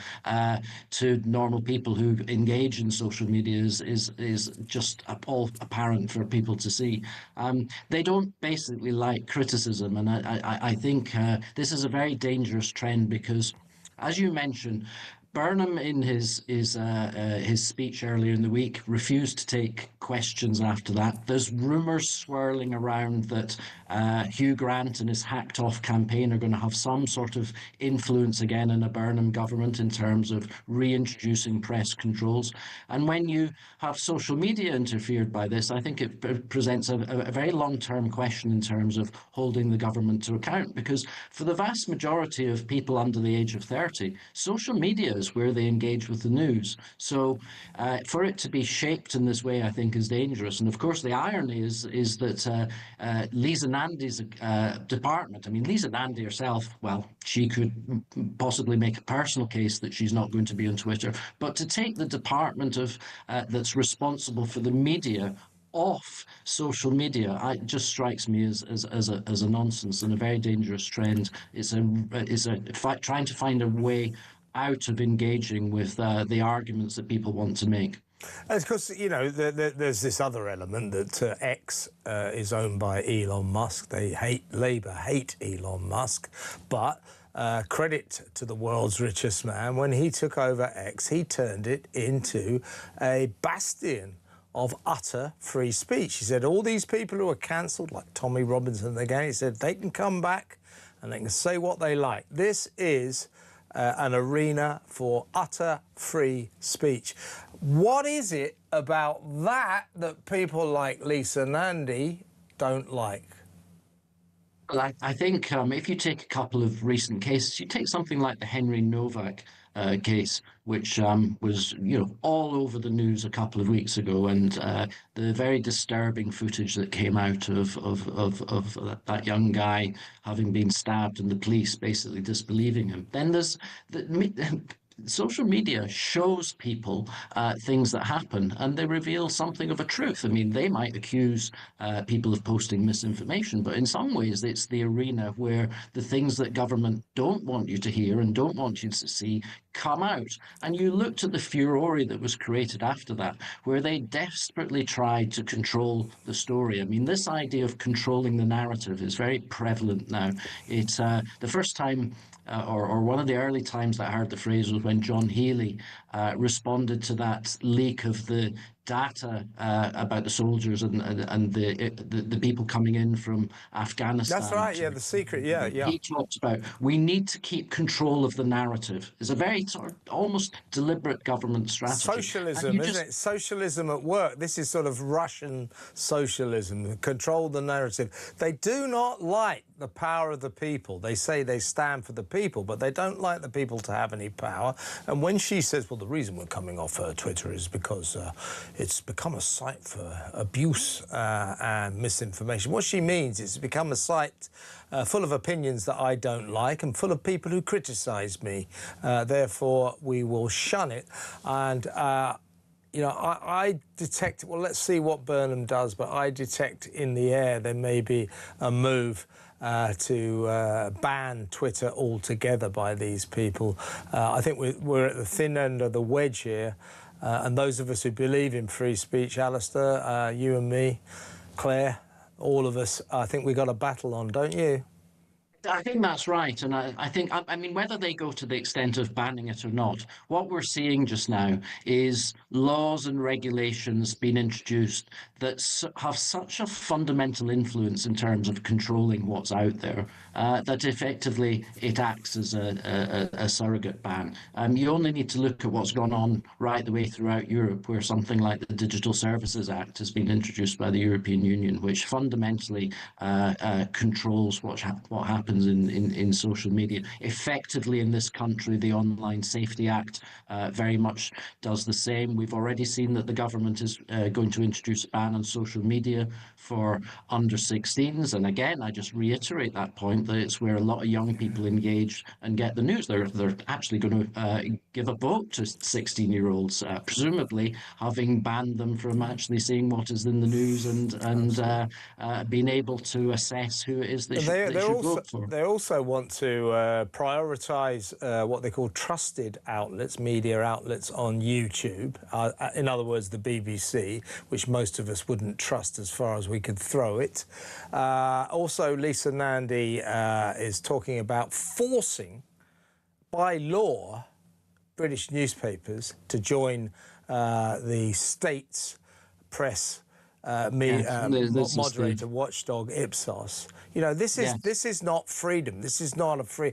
The newspapers are private companies and they should have the choice of what they do, not be forced into regulation, that state regulation of the press, and that should be rejected and stopped at all costs. Alistair, great to talk to you. Thank you very much. Alistair Donald there, Associate Director at the Academy of Ideas. Let me know what you think about this. They're shutting down our freedom of speech, folks. No doubt about it. I'm not exaggerating here. There's something very sinister going on. What do you think? 0344 499 1000. Oh, why don't you go on to Twitter and say what you think of Lisa Nandy? Say what you like. Don't worry, because she won't be able to see it anymore because she's not on it. Next up, Mike Neville, former Met Police detective, will be in the studio. We've got a hell of a story for you, so stay where you are.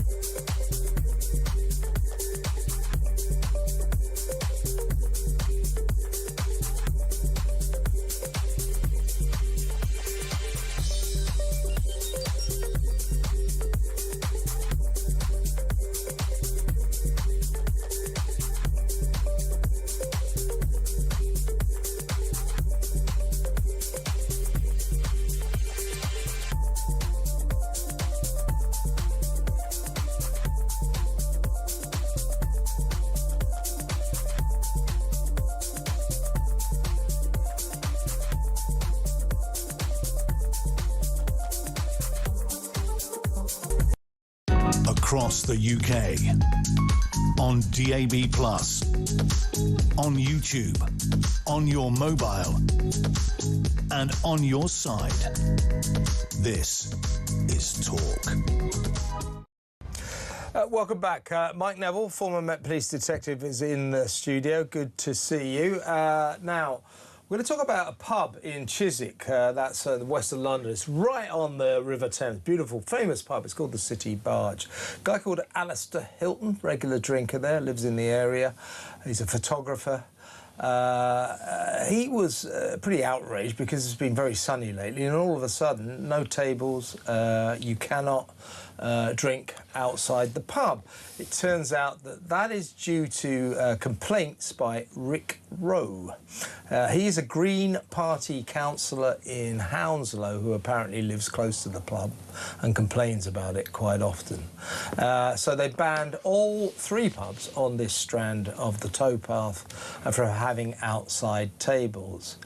Alistair tweeted, "I can only assume he hates pubs, hates businesses and hates the British way of life." Anyway, so he tweeted that.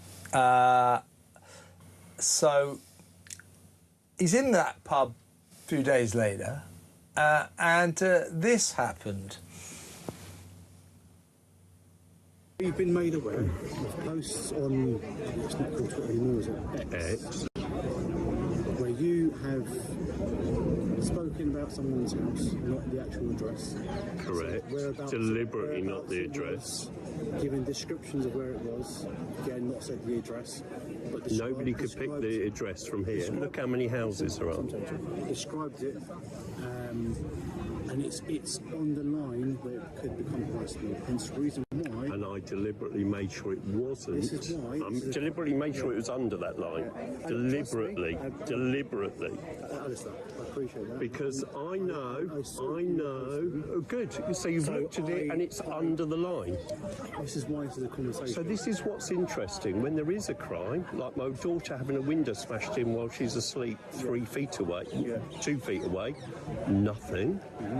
When there's a thing that you've looked at and you've said it's under the line, i.e. not criminal. It's near the line. I don't care if it's near, under, a little bit. So the point is, it's not over the line, so it's not a crime. So it's not a crime. We're going back to the fact of... So 2 people have turned up for something that isn't a crime, whereas no people turned up... I don't understand why we keep going... All right, a copper. 1 million coppers, 2 coppers. We're dispatched in twos. Right. A copper of any description has turned up... I don't run in circles. I don't want this to become a conversation that has no end. I'm simply here saying... It shouldn't have had a beginning. Just be mindful. It shouldn't have had a beginning. Or not, it's up to you. I'm going to leave before this goes to anything else, all right? So, Alistair Hilton's in the pub having a drink, and these coppers, these 2 coppers, come in there and they haul him out to tell him, they're warning him. He says, "Have I committed a crime?" No, you haven't. Well, what are they doing there? Let me just... so this is based on this local councillor called Rick Rowe. This is the police statement. On Thursday, the 2nd of July, so that's yesterday, isn't it, at 17:01 hour, 5 o'clock, officers received a report from an elected official of malicious communications, harassment and public order concerns. Local officers from the borough, following advice from the Met's Parliamentary and Diplomatic Protection Unit, spoke informally to an individual about the matter. They were advised about new legislation, blah, blah, blah. The individual is not the subject of an investigation and was not arrested. Reports relating to potential threats, harassment or activity near a public office holder's name are assessed on a case-by-case basis with appropriate advice and safeguarding measures implemented as required. We contacted Hounslow Council and the Green Party there. This is a statement from Green Party councillor Rick Rowe. The claims made are defamatory and completely false. Well, I don't know what that means, but what I do want to ask you is, why are those coppers taking Alistair Hilton out of the pub to give him that little lecture when they are very anxious distress. He hasn't broken the law. He's not being arrested. What are they doing? Well, it's madness, isn't it? Because what should happen, of course, is if the police think there's no intelligence in that tweet that he's going to go and beat somebody up or attack somebody or anything like that. He hasn't named his address. So they could have simply just filed that away. Somebody's assessed it. It isn't a crime. They could have kept it as some kind of intelligence, and if another incident occurred, they could have dealt with it. But I think what most people will see here is just like the man was saying, his daughter's window was broken, people around here will have had the phone stolen today, the houses breaking into, and the police response will be absolutely minimum, if anything at all. And while 1% of thefts are being solved, you wonder why they're doing this. Yeah, if I give the local police there, if I lived there and said my car's been nicked, do you think 2 coppers would come around to see me? No. That's the problem. You know, you had ridiculous situations, didn't you? One in Northampton, wasn't it, where they're only visiting one house, odds or even numbers and things like that. But all this does, I think it's like the arrest of Graham Lenihan at Heathrow Airport. I think what the police should really look at is that Steve Watson in Greater Manchester has said whether there's two-tier police or not, that's what the public perceive there is. And so if they're going to take action like this, which is going to really rile the public up, a superintendent should look at it and say, I agree or don't agree that this action should be taken. Somebody very senior should take that decision, because all this does here, this video here, which has gone viral, will just reduce even more trust and confidence in policing. Yeah, and the senior coppers who were in charge of these 2 geeks who went down to pull this guy out of the pub, they should realise how bad this looks. The police look ridiculous. They do, ridiculous, absolutely ridiculous. They look like bullies, and this is the problem. They look like thought police bullies. This is the problem, and that is not. It shames me, Kevin, that I was so proud to be a Scotland Yard detective. I've spoken on here before about how the British police were perceived as the best in the world, kind, generous, unarmed, and would go out of their way to help people. Now people see this and they think no crime's been committed, and they come in saying, well, we're warning you if you do one. What's this, like 1984 or something? Exactly right. Well, listen, while you're here, I want to ask you about this, because I think this is very important as well, to do with 2-tier justice. Now, the Director of Public Prosecutions, a guy called Stephen Parkinson, who is renowned for his praise and support of Black Lives Matter, has ordered his staff to, before charging ethnic suspects, look to their own unconscious bias. So, in other words, if there is a person of colour suspected of a crime and the CPS, the Crown Prosecution Service, are thinking of charging, before they charge that person, people who work for the CPS, presumably white people who work for the CPS, must say, is this a result of the prejudice I hold within me, but I don't even realise I have unconscious bias? That utter crap. That's what he is telling the staff they must do. That is clear 2-tier justice. Under this system, white people will obviously be charged with less scrutiny and care than people of colour. How pernicious is that? Well, here we go again. So you've got the Prime Minister standing up saying there is no 2-tier justice, and this is happening. But all I would draw to everybody's attention is this character, this head of the CPS, Stephen Parkinson, was appointed by the Conservative Party. You know, you've got another lovey, left-wing, champagne socialist lawyer in charge who thinks that Black Lives Matter is the key thing. But all the defund the police, a Marxist state, absolute insanity. And they come out with these statements. They just obviously don't realise that the public have noticed. I mean, let's just recap on that. So I'm a member of the CPS staff, lawyer, whatever, and we're thinking about whether or not we're going to charge, 2 characters. So we've got 2 cases here. This is the white guy who is suspected of something. Yep.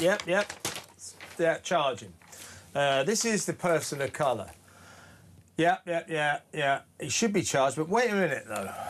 Is this... If I do this, am I maybe being racist? Yeah. Is this a result of the bias, the unconscious bias that I hold within me that I don't even... In other words, they're treating the person of colour in a special and different way. That's two-tier justice. Absolutely. We saw it with the government then. I mean, recently, the Department of Justice tried to introduce those sentencing guidelines where you sentence people different because of their ethnic background. We've got to get back to without fear or favour. It doesn't matter if you're black or white, you get treated the same. And we've just been mugged over here, Absolutely. I think. Mike, always great to have you in the studio. Let me know, by the way, what you think the hell those cops were playing at, dragging Alistair Hilton out of a pub to basically tell him he hadn't broken the law, but he better watch his step. What's going on? What is this? North Korea? Let me know what you think. 03444991000, and Alistair Hilton will join us around about 6:30, so we'll get his story then. Thank you to Mike. We'll be back in a minute with Sunsport World Cup news, so stick around.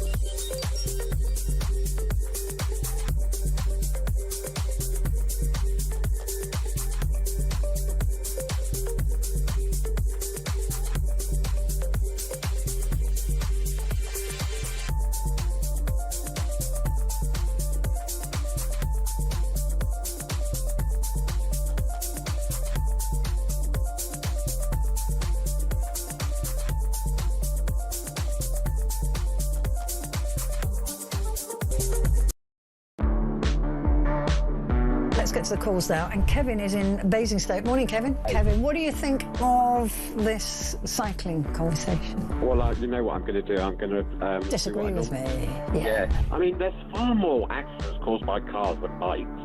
Yeah, we're not talking about cars, Kevin. We're talking about bikes. I know we're talking about bikes, but if we encourage more bikes, then there'll be less accidents. More people. More people on bikes who are not being controlled by anything.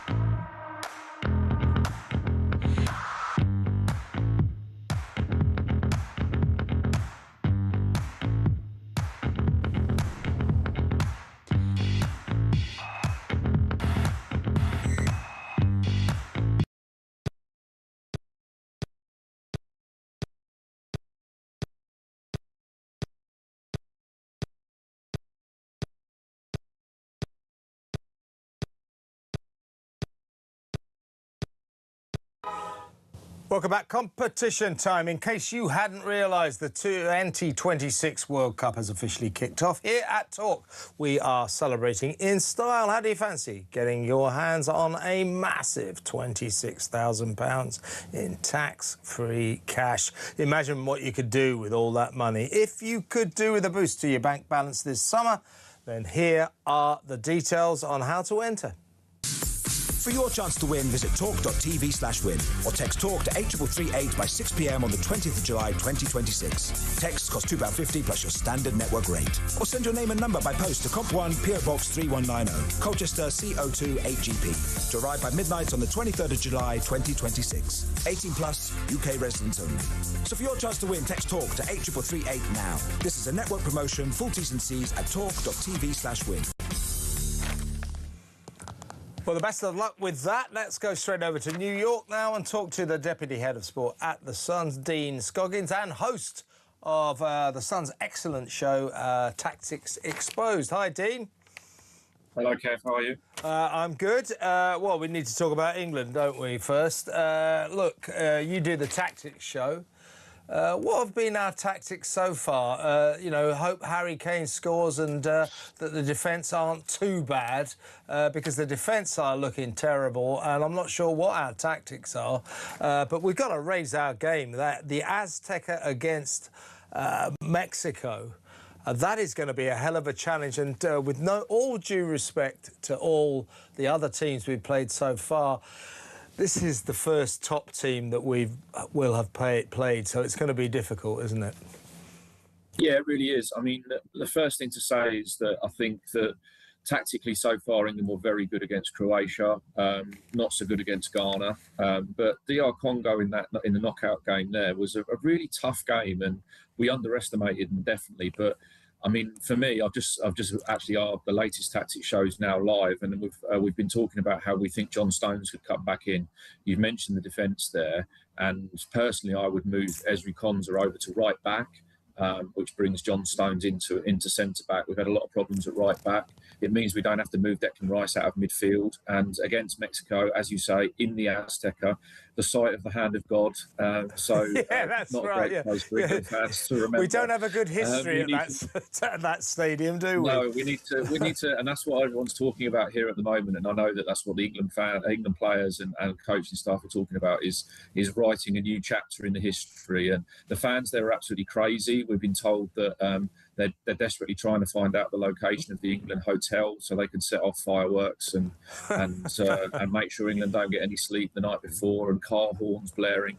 But the big thing for me is that England have to try and keep the ball. The stadium's at altitude, and so you don't want to be chasing around, being all over the place, and then having to chase after Mexicans running around everywhere. So try and keep the ball, extra midfield player probably, and wear them down. I don't think we're going to see a rip-roaring England 3-0 here. I think it's going to have to be quite a sensible, pragmatic game. Yeah, and let's not kid ourselves. I mean, Mexico, apart from the inherent advantage they've got of that massive stadium and a massive home crowd, a hysterical home crowd. They're serious fans, the Mexicans.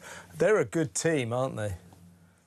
Yeah, they're quite a mixed bunch. I mean, most Prem fans will remember Raul Jimenez, and obviously you do as well. Yeah, I do. Yeah, he's playing well for Mexico. He never did for us, for Fulham. But... yeah, well, he seems to go to a different level when he puts his international shirt on. But they've got a young lad called Gilberto Mora, who's just turned 17, who all the Premier League and La Liga clubs are looking at, is very good. And they've also got a guy on the left wing called Quinones, who he plays in Saudi Arabia, but he shouldn't. He's too good for that, and he's rapid and he's very, very strong. So another reason that I think that England should go with Ezri Konsa at right back in the game. But we're really excited. I mean, obviously, it's a little bit easier for us to watch it here than it is for you guys having to stay up to all times of the morning over there. But let's hope everyone's got a sickie prepared for Monday morning. Yeah, you shouldn't say that. I mean, I can't take the damn day off for obvious reasons.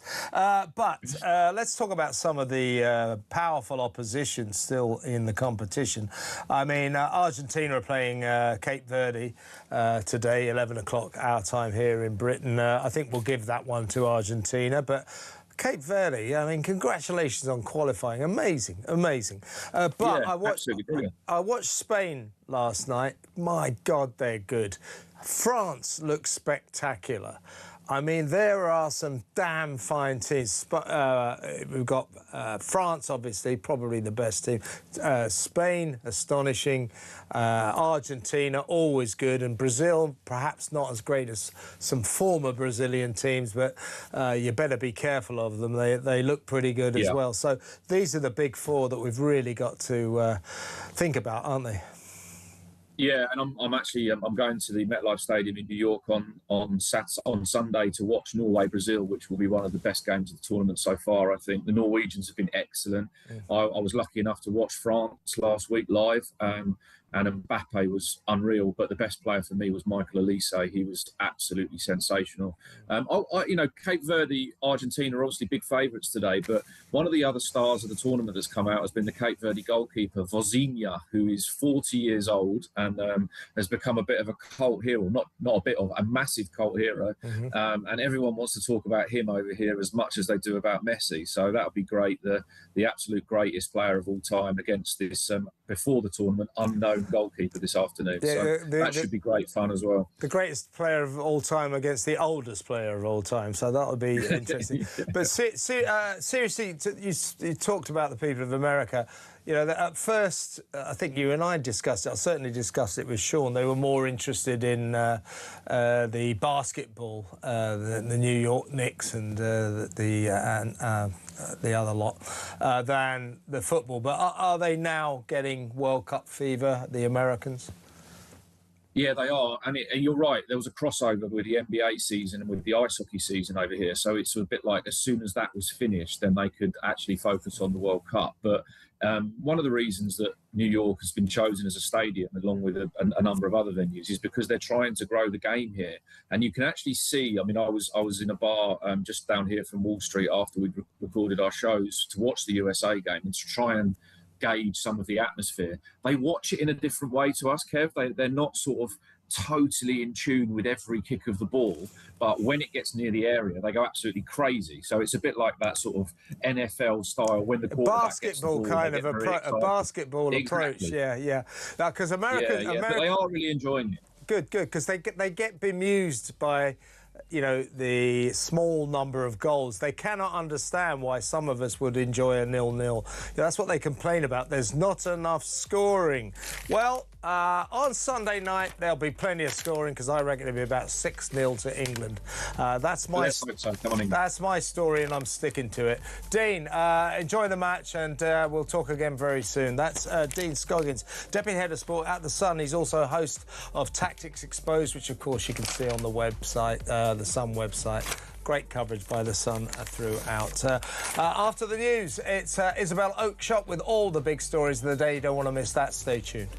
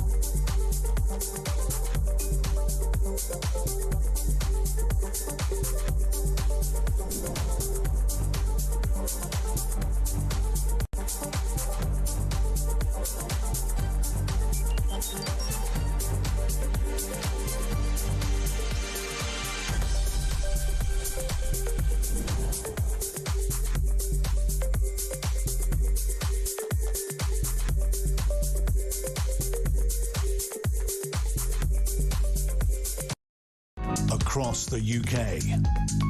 On DAB+, on YouTube, on your mobile, and on your side. This is Talk.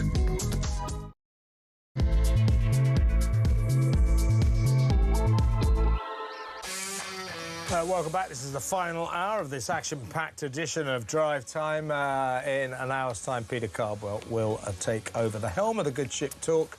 Then, by the way, at 9 p.m. tonight, don't miss it. It's my TV show, What Just Happened. You can listen on the radio if you like. It's very radio-friendly, but if you're watching, you can watch it as well. That's at 9 p.m. Also, it'll be on YouTube tomorrow.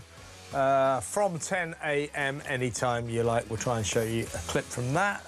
Also, my other show, Plug of the Week, is available on YouTube right now, but don't you dare go over and watch that yet. In a little while, we're talking to pub landlord Adam Brooks. You might have thought that this summer was a real winner for pub landlords, particularly those with gardens, pub gardens, because it's been so hot, but apparently not. And is this all-night licensing rule, opening the pubs all night until 5 a.m. on World Cup night on Sunday into Monday. Is that great for pubs? Keir Starmer's saying it obviously is, but is it? We'll find out from Adam in a little while. First up, though, let's go over to our international editor, Isabel Oakeshott. Hi, Isabel. Good afternoon. Good to have you on the show. Well, breaking news. Andy Burnham, who has so far been rather reluctant to expose himself to media scrutiny, that vacuous, asinine speech he made on Monday, afterwards, no questions from the press allowed. Quite a few very senior journalists, particularly even from the BBC, were furious because they were said, oh, come up to Manchester and Andy will be making his big keynote speech, and they assumed, as in the manner of these things, that of course after the speech there will be a press conference, a media conference. Oh no, he just left.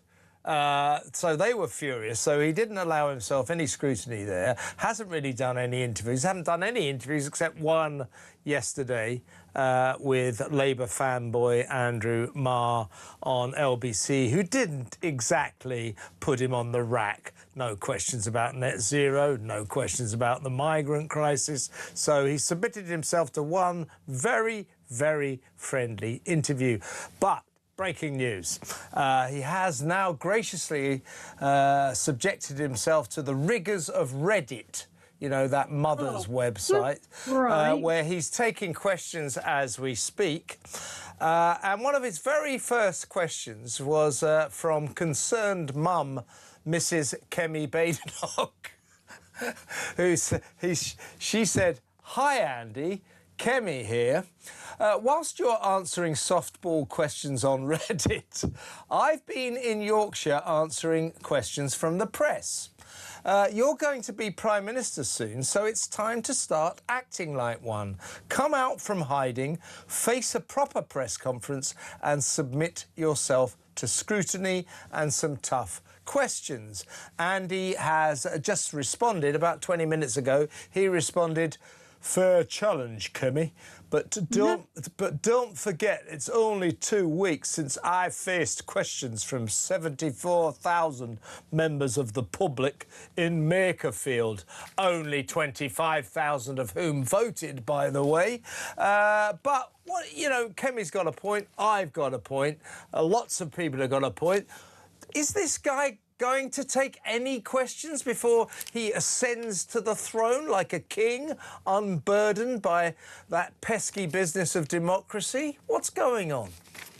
Well, I mean, it's not as if he's inexperienced in taking questions. He should be completely confident in his ability to cope with anything that's thrown at him. I mean, this is a guy that has almost literally been a political operative or a politician all his adult life, bar a very, very brief period in his 20s, I think. So he ought to be fully able to manage anything that's thrown at him in the usual horrible political style of not answering the question. I think that he is going to carry on avoiding it for as long as possible. I mean, you could see him perhaps doing an interview with the New Statesman or some other Guardian, of course, yeah, some other sympathetic outlet. But he's not going to go on Andrew Neil, is he? Or Julia Hartley-Brewer.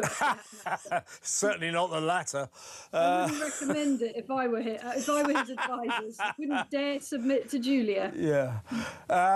More fascinating news from his Reddit interrogation. He has been asked for his favourite films. He said Goodfellas, The Big Short, Brassed Off, and Pride. Goodfellas, of course, the gangster movie, the Martin Scorsese, excellent film. I'd go along with that. The Big Short, interestingly, is all about those hedge fund traders who shorted the financial crash in 2008 and made themselves billions and billions of dollars. That's an interesting choice, isn't it? I don't think that's a credible choice, actually. I mean, have you watched it, Kev? Yeah, I like it. I quite like that film, yeah. Okay, well, I'm probably just about to show my own inability with that kind of entertainment, because I didn't enjoy it at all. In fact, I think I gave up on it after a period of time. I mean, they did try to explain in kind of idiot-proof language what shorting actually is, and of course I do understand that, but I found it pretty heavy going, and I somehow just don't think that's one of his favourite films. Yeah. And has anyone ever cited it as one of their favourite films? No. And Andy Burnham is not that into financial side of things, so I feel like he's just trying to tick a box there and say, hey guys, you know, I do actually understand these things. Well, check this one out. We are, of course, talking about the guy who some time ago, when he was quizzed by the Women's Institute, all ambitious politicians have to do ordeal by the WI at one point. And when the ladies of the Women's Institute said, Andy, what's your favourite biscuit? He said, chips and gravy. So check this out. This is hilarious. You said, you implied that he carefully chose these films, but his fourth film was Pride. OK, so I'm going probably like you. What the hell is that? Anyway, here's the synopsis. Based on a true story, the film depicts a group of lesbian and gay activists who raised money to help families affected by the British miners' strike in 1984. Do you think he chose that film carefully at all? I feel like each film on the list is designed to tick a box with a certain demographic, don't you? Yes. I mean, what else have we got there? Is that it? Brassed Off. I think that isn't that a film about the North or something. It sounds like it, doesn't it? Yeah. Is that not? That's not the one where there's some poor welfare claimant. I'm actually surprised. Oh, I think you might be right. I don't know whether I am, but if I'm not, then I'm surprised he hasn't chosen that film, which is all about... It's actually a Ken Loach film, wasn't it? Yeah, it's a really powerful film. I mean, it even made me a little bit less right-wing. Blimey, it must be good. No, it's really good. Okay. But I don't know whether it is that film, but if it isn't, I'm surprised he didn't put that one on his list. Actually, no, we've got that wrong. Here we go. This is the synopsis of Brassed Off.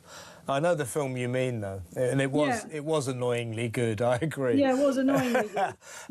Brassed Off. It's fictional, but the premise is absolutely real. The plot is based on the true story of. Talk about studied northerner. He's a studied northerner, isn't he? So he loves Brassed Off because it's based on the true story of the Grime Thought Colliery Band. Just 3 days before the real band won the National Brass Band Championship at the Royal Albert Hall in October 1992. The government then announced the closure of the pit. Nothing careful about his choice of that, is there? I mean, I think I've watched it, and I think it was quite a nice movie, but it doesn't feel to me like it would be one of the all-time greats. You know, where's his normal choices? So right. What about like where's his Top Gun or Top Gun Maverick or I don't know any of the big blockbusters that people would generally name in their top movies? Just a bit weird, isn't it? What's your favourite film of all time? Have you got one? I actually absolutely love Top Gun Maverick. I've watched it about 6 times. We watch it every Christmas day, and I'm never bored of it.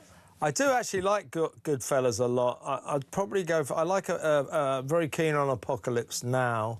And I've got a very unusual film which would be right up there. It's an Australian film called Picnic at Hanging Rock. Oh, OK, I'll have to watch that. I love Gladiator as well. Absolutely love the Gladiator movies. Well, this is turning into sort of film night, isn't it? It's Friday afternoon. I think it's a great... I like this. I like the rest of it on this. Well, everybody, let's get going, shall we? What's your favourite film? And none of us have to be as careful as Mr. Burnham, do we? Well, let's get a slightly more serious now. Give us a ring. What's your favourite film? 03444991000. Now, in this interview, this soft-soaked interview he did with Andrew Marr yesterday, a lot of it was seriously chilling. 2 bits that sent shivers up my spine were, first of all, he ruled out what he called crude cuts to the welfare bill. He also said he felt that within the Labour manifesto there was, and I quote, wriggle room for more taxes. And he then started waffling on about taxing warehouses outside of cities or something. I think what he actually means is he's going to tax us. Well, let's have a quick listen to Andy talking to his buddy, his big fan, Andrew Marr, yesterday.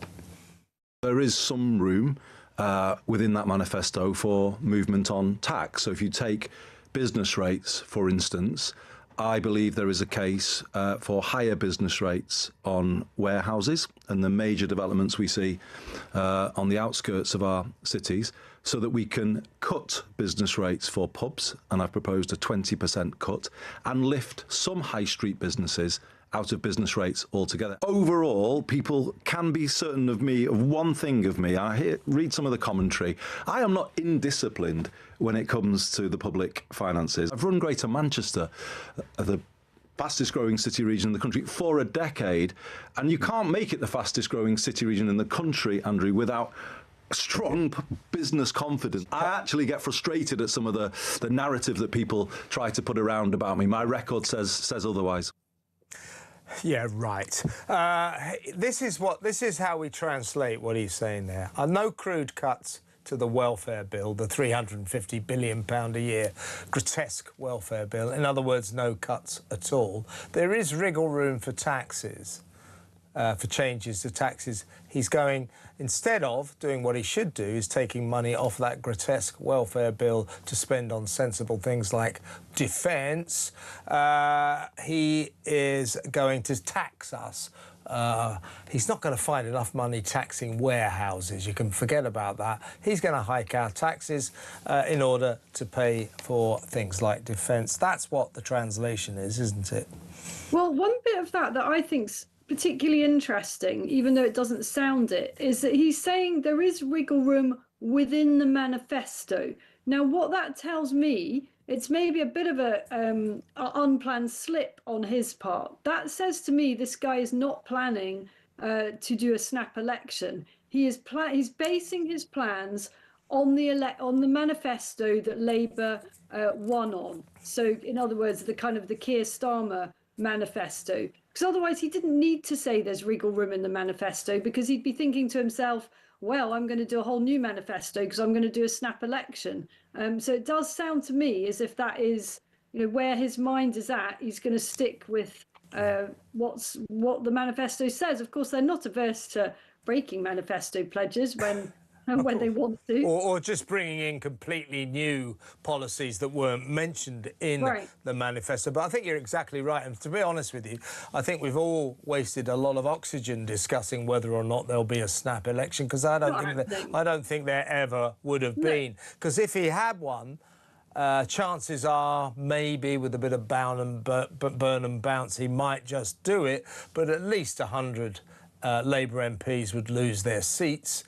He's not going to do that in a month of Sundays, is he? So you're right. When he says within the manifesto, he wants to at least project the illusion that he's sticking to the elected Labour government's manifesto and therefore doesn't need to call an election. That's what that's all about, isn't it? Exactly, and I don't think that has been much commented on, so I think it is definitely worth picking up on. I mean, I can't believe he's saying he's not doing any cuts to welfare. I mean, that now we're on the road to ruin, aren't we? We're on the road to ruin. And it's exactly, we're already on that road. We're just heading further and further towards, you know, the deathly end of it. He's already saying he's going to tax more of the middle classes, or that's very much the hint, and more sort of wealth taxes. Well, this just sends us further and further into the downward spiral, doesn't it? Yes, it does. By the way, I've got so many texts now about favourite films. There you see. Well, we'll be reading those all out in a little while. Let's talk, though, about... I think it's the sort of paucity of this guy's imagination. Change, change, change. No change at all. That speech on Monday I thought was vacuous. You know, an avalanche of cliches adding up to absolutely nothing. Asinine and empty. Basically, three things. I'll build some more council houses. There'll be growth in every postcode, which I assume he means he wants us all to live in bigger postcodes. I'm not sure what that's about. And, of course, he's going to move the seat of government from 10 Downing Street, London, to 10 Coronation Street, Wigan. Actually, we now know he's got a site in mind in Manchester, to be fair. So he's going to move Downing Street to the north. You know, that's it. Nothing about defence, nothing about net zero, nothing about the migrant crisis. I just don't, you know, I'm not saying, I think he's a likeable guy. I think he's obviously an intelligent man, but original thinking is clearly not his strong point. All of his ideas are old and hackneyed, straight out of the kind of old socialist handbook. And God almighty, Isabel, look at who he's planning to bring back. You know, the return of the Labour dinosaurs, the zombie crony squad. Here they are. Ed Balls apparently is going to be ennobled so he can come back to Westminster and get involved. He, of course, is the existing Cabinet Secretary Yvette Cooper's husband. David Miliband, Ed Miliband's brother, is being coaxed back, apparently, across the Atlantic from New York to become Foreign Secretary, allegedly. Obviously, Ed will still be there. And long-forgotten former Culture Secretary and Work and Pensions Secretary James Purnell, who went on to be useless at the BBC, he's going to be resuscitated as the Downing Street Chief of Staff. So it's like all our Labour yesterdays, isn't it? You know, this is not exciting. This is not original. This is just turning back the clock. It's really frighteningly dull, all of this, isn't it? I mean, these are all the old so-called greats. I'm surprised Mandelson's not getting a fourth reincarnation. He's one of the only ones missing from that lineup. Yeah. I mean, David Miliband's already been Foreign Secretary. He's done that job. It's absurd to put him in to do that whole same role again, kind of 15 years later. It's just weird, isn't it? Yeah. I think I know what he's trying to do. You know, I think he's trying to present a kind of, well, this is a sort of, not, even though it's not obviously Blairite, but this is kind of like the glory days of New Labour.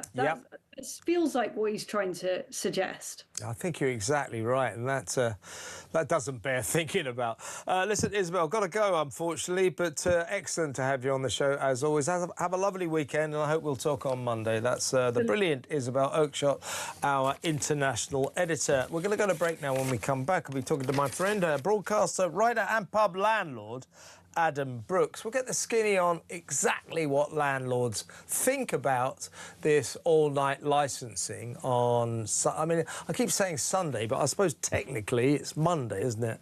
But anyway, pubs are officially allowed to open, I think, now until about 1 a.m, but they've changed the law so they can open until 5 a.m. on Monday, so we can all watch the football at the local pub if we want and stay in there, you know, hopefully to celebrate a fabulous victory by England, or if not, drown our sorrows. We'll talk to Adam next. Stay tuned.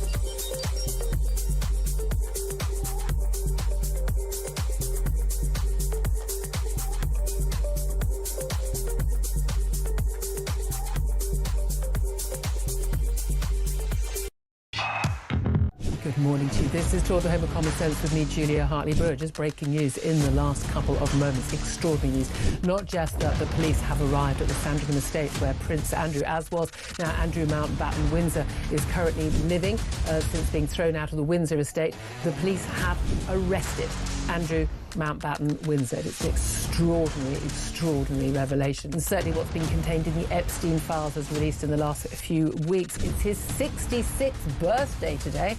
What a birthday present that is.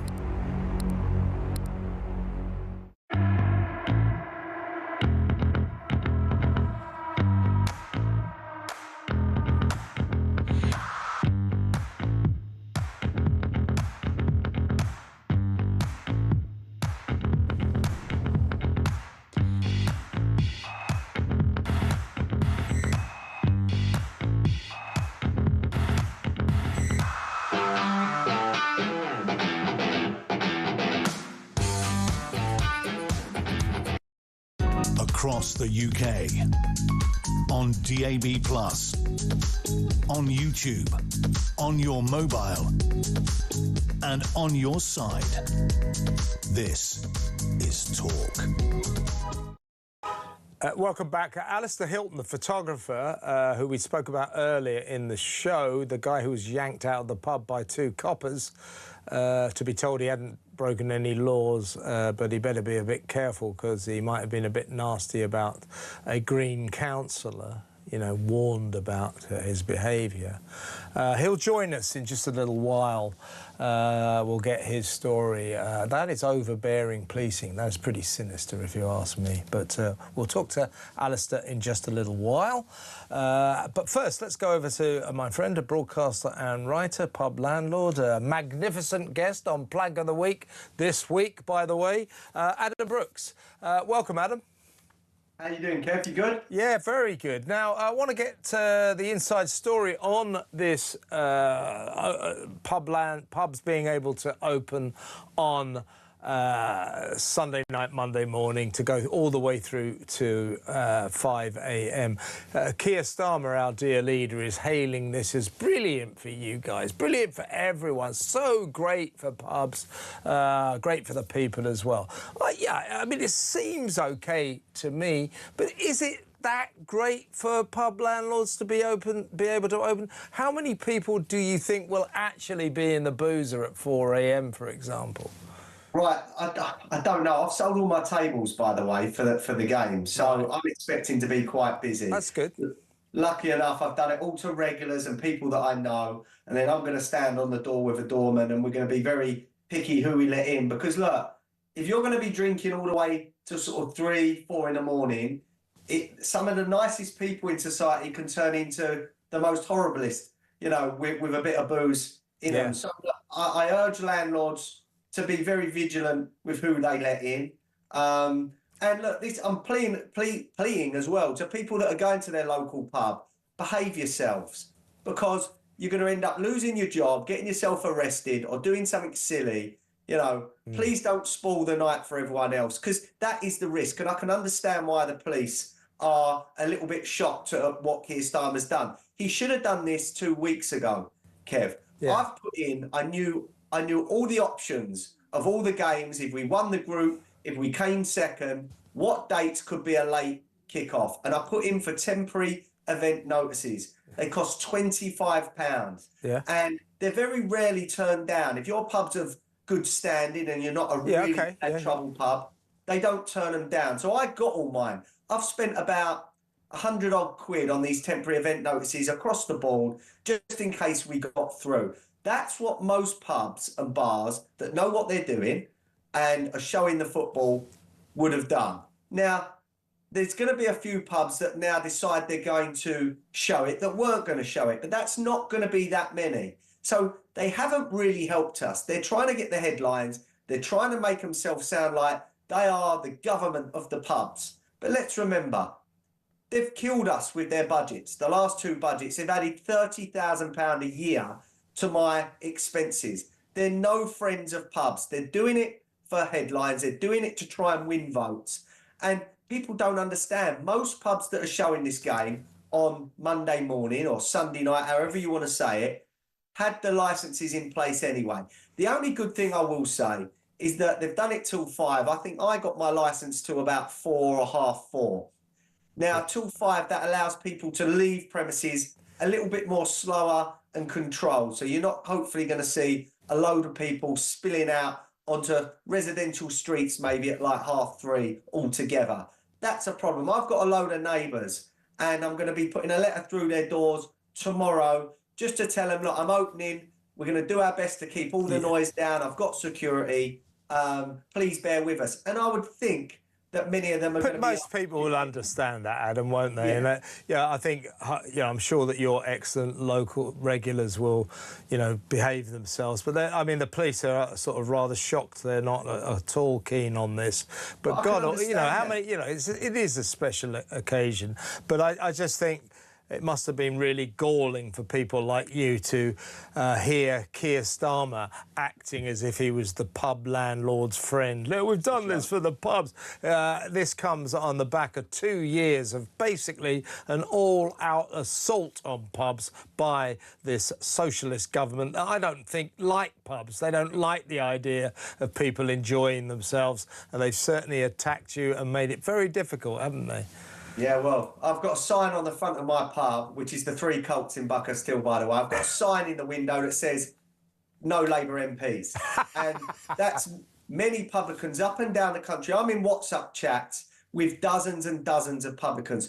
We all hate Keir Starmer. We hate this government. They're killing this industry off. And I'm not letting the Conservatives off either. They didn't do a lot for us either. And let's remember, let's just say, an average pint in mine is £5.80. The Northerners are going to balk at that. But look, I've got high rent, council tax and business rates as well. But say it's £5.80. £2.30 of that goes to the government. I get between 15p and 20p profit per pint at around £5.80. That's what we're up against as publicans. That is what this government and others have put on us. Our beer tax is 10 times what Germany's is. So I just want people to realise when they're having to pay, in London, maybe £8, £9 a pint, which is ridiculous. 1, the rents are high. 2, the business rates are very high. And this government promised they'd bring them down. They haven't. And 3, the taxes are off the charts. Let me ask you the last question, Adam, because you and I were talking a couple of days ago when we filmed Plank. Available on YouTube right now, Plank of the Week. Adam Brooks, a particular star of this show. But seriously, we were talking the other day and you and I was saying, oh, you must be having a hell of a summer because it's been so hot, everybody down the pub, out in the garden. But no, it's been so hot that it hasn't been great news for pubs. Explain that. It's been tough. And as I said to you in the green room, it's too hot. When it's 35, 36 degrees, the last place many people want to be is in a small backstreet pub, with a bit of carpet in it. That is not where they want to be. And I love my pub, but I probably wouldn't go to my pub if it was 37, 38 degrees. Now, the other Friday, I thought, oh, maybe the garden would be busy. It wasn't because it was too hot. Too hot. 8, 9 o'clock. It was 30-odd degrees. So I've been up and down the last few weeks. It hasn't been great for me. And I speak to other publicans and they've been the same too. And I've got to say, the England games are sort of getting us out of trouble. I've been very busy for them. Yeah. And again, I think I'm going to be busy again Monday night. But what happens also is the day before and the day after, where you know roughly what money you're going to take, that falls because everyone's come out for the England game. Yeah, I see what you mean. Everyone thinks that pubs are having it off right now. Look, I'm not a city pub. Some of these city pubs might be killing it, right? But your average local pub, when it's 35, 36 degrees... It's not good news, right? I look at the weather and I dread it. Yeah. Well, listen, Adam, remind everybody what your pub is again. It's the 3 Colts Public House in Bucker Still. We're at the end of the Central Line. Excellent. I must get up there very soon. Really good to talk to you, mate. Have a great weekend and come on, England. Thank you so much. Adam Brooks, brilliant broadcaster and writer, pub landlord there. We're going to go to break now. As I said, after the break, Alistair Hilton will join us. He's the photographer who was dragged out of the pub by 2 coppers to be told he hadn't broken the law. Alistair pointed out, well, why are you bothering me then? What is this nonsense all about? We'll talk to Alistair next. Stay tuned.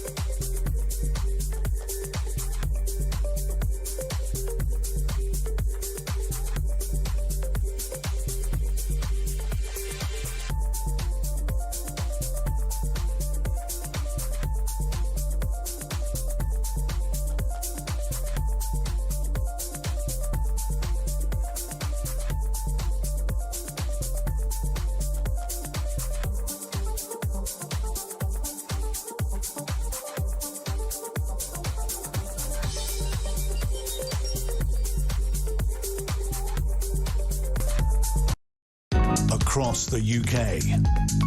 On DAB+, on YouTube, on your mobile, and on your side. This is Talk. Well, we've been talking of this story for most of the show, and now we've got the man himself. So we're going to go over to the guy who was dragged out of the pub by two coppers because he's had the temerity to complain that a councillor had allegedly got the pubs on the banks of the Thames, lovely area. One of the pubs is a very famous pub called the City Barge, on the banks of the Thames, and all of a sudden they're not allowed to have tables outside, no chairs outside, even in this lovely sunny weather. He complained about this, and then the police came round and said, you better watch your step, you know, there's been a complaint. You haven't broken the law. But anyway, look, let's go over to Alistair now. Alistair, welcome to the show. Thank you. Great to be here. Are you actually in the City Barge now? I am in a totally different pub in a secret location, hidden away from the police. Very well. Somewhere in London. Yeah, we won't snitch you. We won't grass you up or anything like that. I'm just going to be quiet about where I am from now on. Yeah, good idea, good idea. Well, look, before we talk, let's remind you of your, you know, I mean, it's almost comical, but it's also, I think, a very sinister encounter with two officers of the law. I think it was only yesterday. They dragged you out. They did drag you out of the City Barge. Is that right? Well, let's have a look at this first, and then we'll talk about it. We've been made aware of posts on, it's not called Twitter anymore, is it? X, where you have spoken about someone's house, not the actual address. Correct. Deliberately not the address. Given descriptions of where it was, again, not said the address. But Nobody could pick the address from here. Look how many houses there are. Described it, and it's on the line where it could become harassment. Hence the reason why. And I deliberately made sure it wasn't. This is why. Deliberately made sure it was under that line.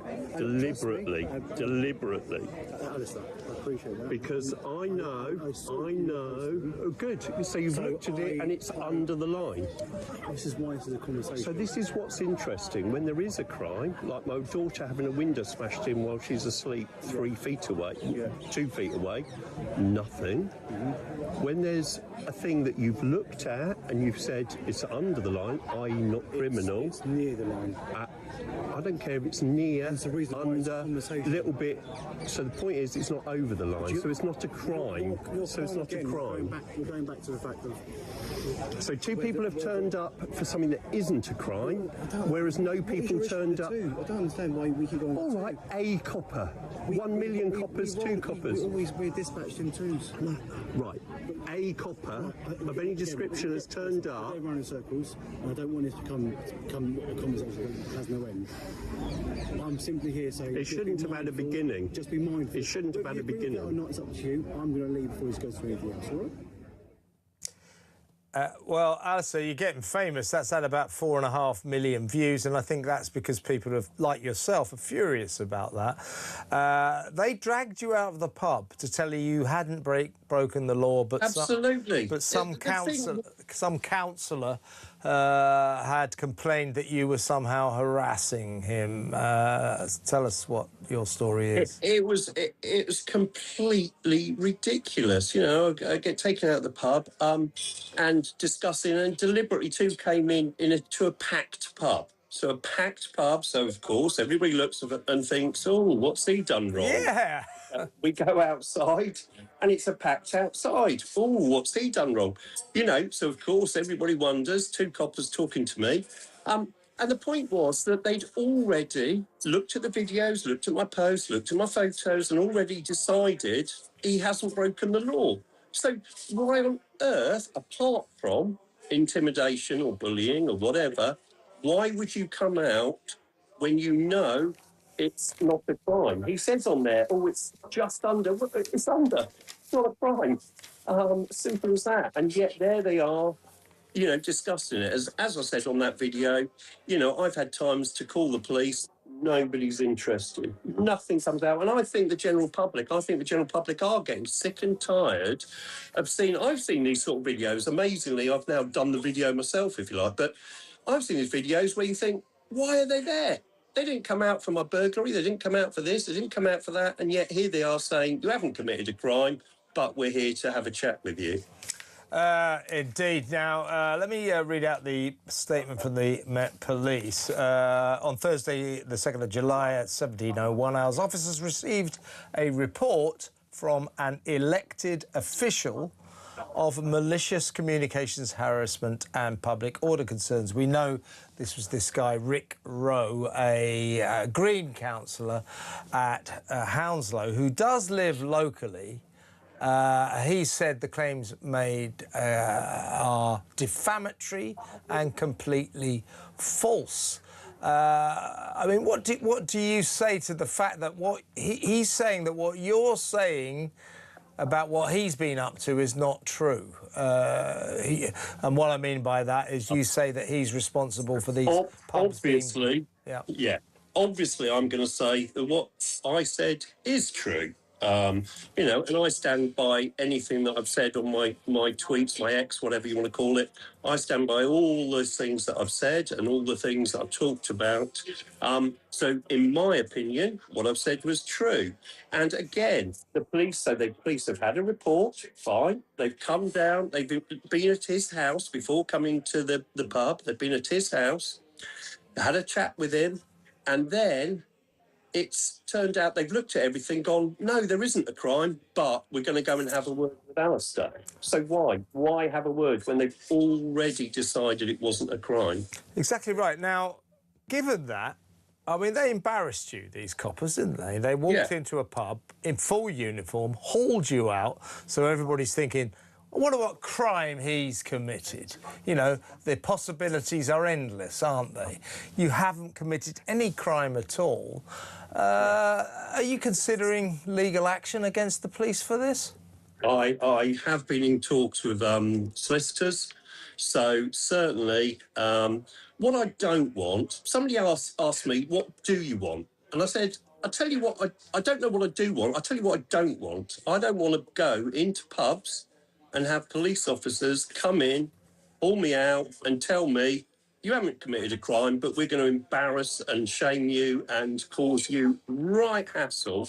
So that's what I don't want. And I want to live in a country where nobody who hasn't committed a crime has to have a chat with the police at all. So if for some reason I was responsible for pubs not being able to put tables and chairs and allow people to drink outside on sunny days, and I complained to the police, I don't think they could do anything about that. But because the person who's complaining is a councillor, Green Party councillor from Hounslow Council, Rick Rowe, they feel they are allowed to do this because this was a complaint from, and I quote, an elected official complaining of malicious communications, harassment and public order concerns. What do you make of the fact that Rick Rowe, this Green councillor who says that everything we're saying about him is not true and it's defamatory, that he gets this sort of special treatment from the coppers?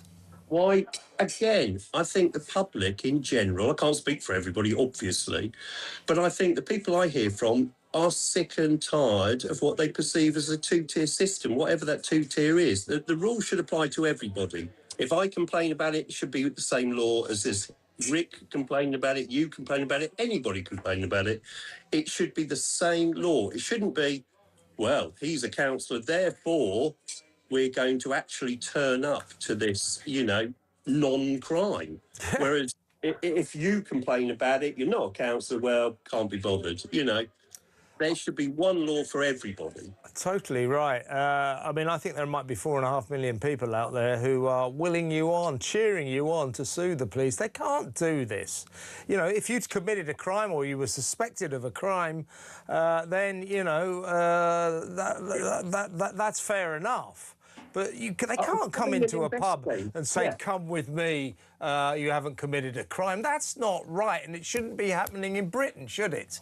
Absolutely. You can't have it that it's a non-crime. If they were investigating the crime, fair enough. But they'd already investigated it before they got to the pub.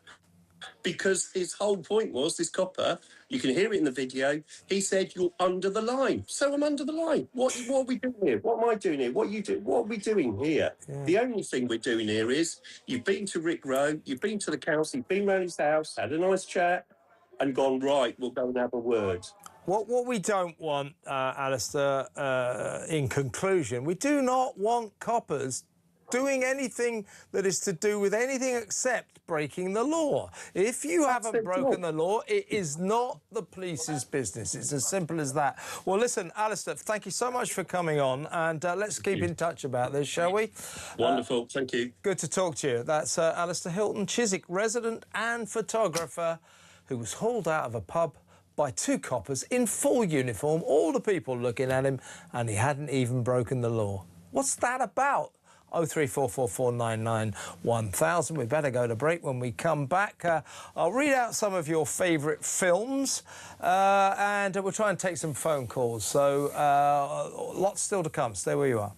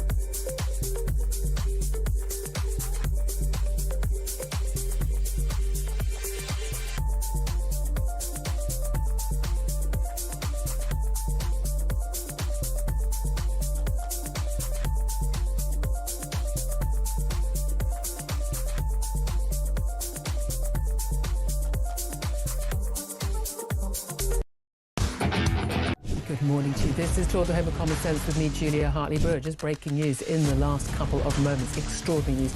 Not just that the police have arrived at the Sandringham estate where Prince Andrew, as was now Andrew Mountbatten Windsor, is currently living since being thrown out of the Windsor estate. The police have arrested Andrew Mountbatten Windsor. It's an extraordinary revelation. And certainly what's been contained in the Epstein files was released in the last few weeks. It's his 66th birthday today. What a birthday present that is. Across the UK, on DAB+, on YouTube, on your mobile, and on your side. This is Talk. Welcome back. I'm going to read some of your favourite films in a minute, but first, very important stuff, this. It's plug time. I'm going to plug my TV shows. First of all, right now on YouTube, anytime you like, you can watch this edition, the most recent edition, the new edition of Plank of the Week, co-starring my previous guest, Adam Brooks, pub landlord, plus, of course, some other star guests as well. So here's a clip. No, what if Rupert Lowe tweeted this as some sort of policy? Everyone would get behind it. No, come on. Rupert, yes, I think so. Rupert Lowe and his 3,000 supporters. Yeah, exactly. Yeah. Makes a lot of noise, but it doesn't really matter. Does Rupert even tweet from that account? Question mark. Yeah. That's the brilliant Samara Gill. Next to her, of course, Adam Brooks there. So that's on YouTube. It is my other show, What Just Happened, and that can be watched here on Talk at 9 p.m. tonight, live as it were. It's an hour long. And then tomorrow morning it goes onto YouTube as of 10 a.m. and you can watch it any time you like. If you want to watch tonight on Talk and you're listening on the radio, just the radio, it's very radio friendly, so don't worry about that. But if not, you can watch my stunning features and all my guests as well. Samara Gill and Ash Gould are on the show as well. Here's a clip from that show. Here's one from Kim. She says, this loud and unprofessional girl, Samara Gill, is a disgrace as a journalist. Why would a British talk show concern themselves with activities in Australia? You know Aussies dislike you. Yeah, that's actually pretty accurate. What was it? Loud and unprofessional? You should have that on your business card. I should. Loud and unprofessional. Actually, that's a great summary of me.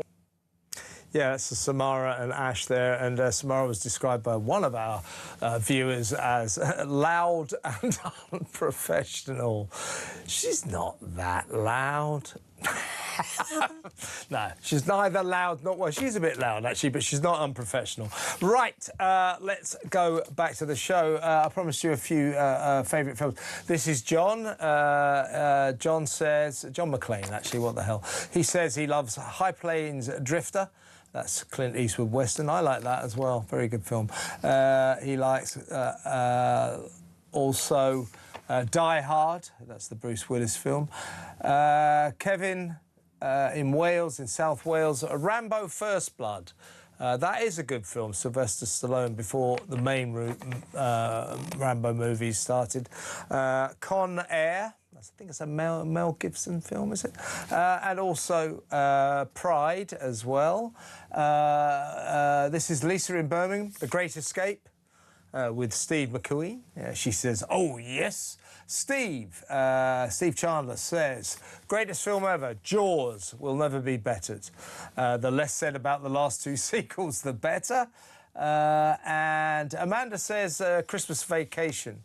That is a good film with Chevy Chase. I agree with that. Every Christmas Day, I enjoy it. That is a great film, I agree. Stella in Swindon says Starman with Jeff Bridges and Karen Allen. That's an interesting choice. And that's about it for most of the films. As I say, maybe we'll regroup on Monday about this. Mine, I think, is Apocalypse Now, but a close second is a film called Picnic at Hanging Rock. And actually, if you get me going, I could probably go, like most of us, I could come up with 20 films that could contend to be my favourites of all time. Love movies. Used to be a film critic. There you go. Used to watch films for a living. Jealous, aren't you? Right, let's go to the phones. Let's talk to Alan in Aberdeen. Hello, Alan. Hi, how are you? I'm all right. What would you like to say? Deportation. This guy should be at Ahmed. Guaranteed, if they said stop the foreign aid to Pakistan tonight, Pakistan would not only take him back, but they'd take terrorists. We should do this across the board. Time to do that, isn't it, Alan? It's time to do that. I mean, we need to get our act together, our backside into gear as well, because we need to change this law. So far, our government doesn't seem to be showing any enthusiasm to change the law in order to be able to deport this guy. Then we need to deal with Pakistan and tell them, you don't take this guy back. He's your guy. He was born in your country. Then there's going to be hell to pay. And I'm going to tell you right now who else is not going to be deported. The ISIS guy that came here because of TikTok. And you know why they won't deport him? Because Iraq has the death penalty. Yeah, no, I agree with you.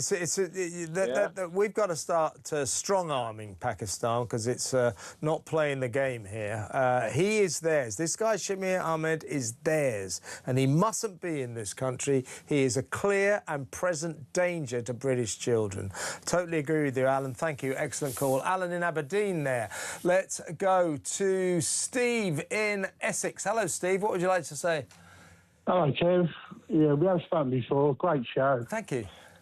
I'm just... Oh, you watching that police video? What are they doing? Look, my view on this, Steve, is simple. If it's not a crime, it's got nothing to do with the police. End of. Exactly. Exactly, and I'm incandescent with rage. I nearly broke my TV, I tell you. Now, as the minute that they went into the pub and said to that bloke, we want to talk to you, he should have said, what do you want to talk to me about? Have I broke the law? The minute they said no, he should have said, I ain't going. Well, he said that. He said that when they got out on the towpath there. Well, you know, what am I supposed to have done? Oh, you haven't broken the law. But I suppose if you're sitting in fairness to Alistair Hilton, who struck me as a very good guy, and he's been wronged here, there's no doubt about it. But I suppose if you're sitting in a crowded pub and two coppers come in and say, we need to talk to you, you're going to go, aren't you? You go with them, you think, what the hell have I done? And then, it turns out, Steve, here's what the hell he's done. Nothing. He hasn't broken the law. Outrageous, outrageous. He said he's considering legal action. I hope he takes it. The thing is, though, Kev, while they keep giving these coppers the oxygen, they'll carry on doing it. I would have just said to them, I'm going back in the pub. And if you're going to arrest me, I'm going back in the pub. Well, I think he sort of did that. I think he did sort of do that. I think Alistair behaved impeccably and was very critical of what they were doing. And, well, he should have been. Anyway, I wish him all the best. He's considering legal action. I think he should take it, and I hope he wins. Steve, great call. Thank you very much, Steve, in Essex.